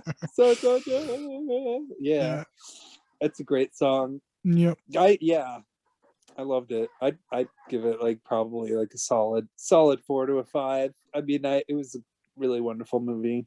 Yeah, I have to give it a 5, especially after rewatching it. I was like, I remember watching it a long time ago and liking it a lot and being like, oh, that was a great movie. But after rewatching it, I was just like, I loved it. It's cute, made me cry, made me laugh. Yeah, it's 5 stars for me for sure. Yeah. And I think out of the 3 films we watched, this one is the longest, but Yeah. I don't know. I don't feel like any time was really wasted, you know. So. No, yeah, this was the longest, but like it felt like In Time was the longest because just of the pacing and shit. That didn't make much sense. Yeah. Interestingly enough, yeah. What about you, Zach? I give it a. I think I gave it a 3.5. Yeah. Like Cool. rom-coms are really my thing, so that aspect is like, Yeah. but, Yeah. you know, I still enjoyed it for the most part. Yeah. Once it got past all the mushy, cheesy stuff, it probably got like it was like more interesting. Yeah, like the family stuff, and then obviously time travel stuff is more interesting. Yeah. Cool. Yeah, no, there's 3 very interesting movies that just picked time in 3 very interesting ways, you know. So yeah, do any of you have any more thoughts that you have to share, or anything you want to say about time just in general? Just I don't know. Just anything? I don't think so. Time's a bitch. Yeah, indeed. And speaking of time, I hate to say it, folks, but it's time to leave. Time to say goodbye. Yeah. Time to say sayonara or sayonara or sayonara, whatever the word, sayonara. You know? Yeah, there you go. I think that was it. Yeah. All right. So until next time, have a good night, and yeah. Bye. No more time puns. I'm done. Have a good one. See ya.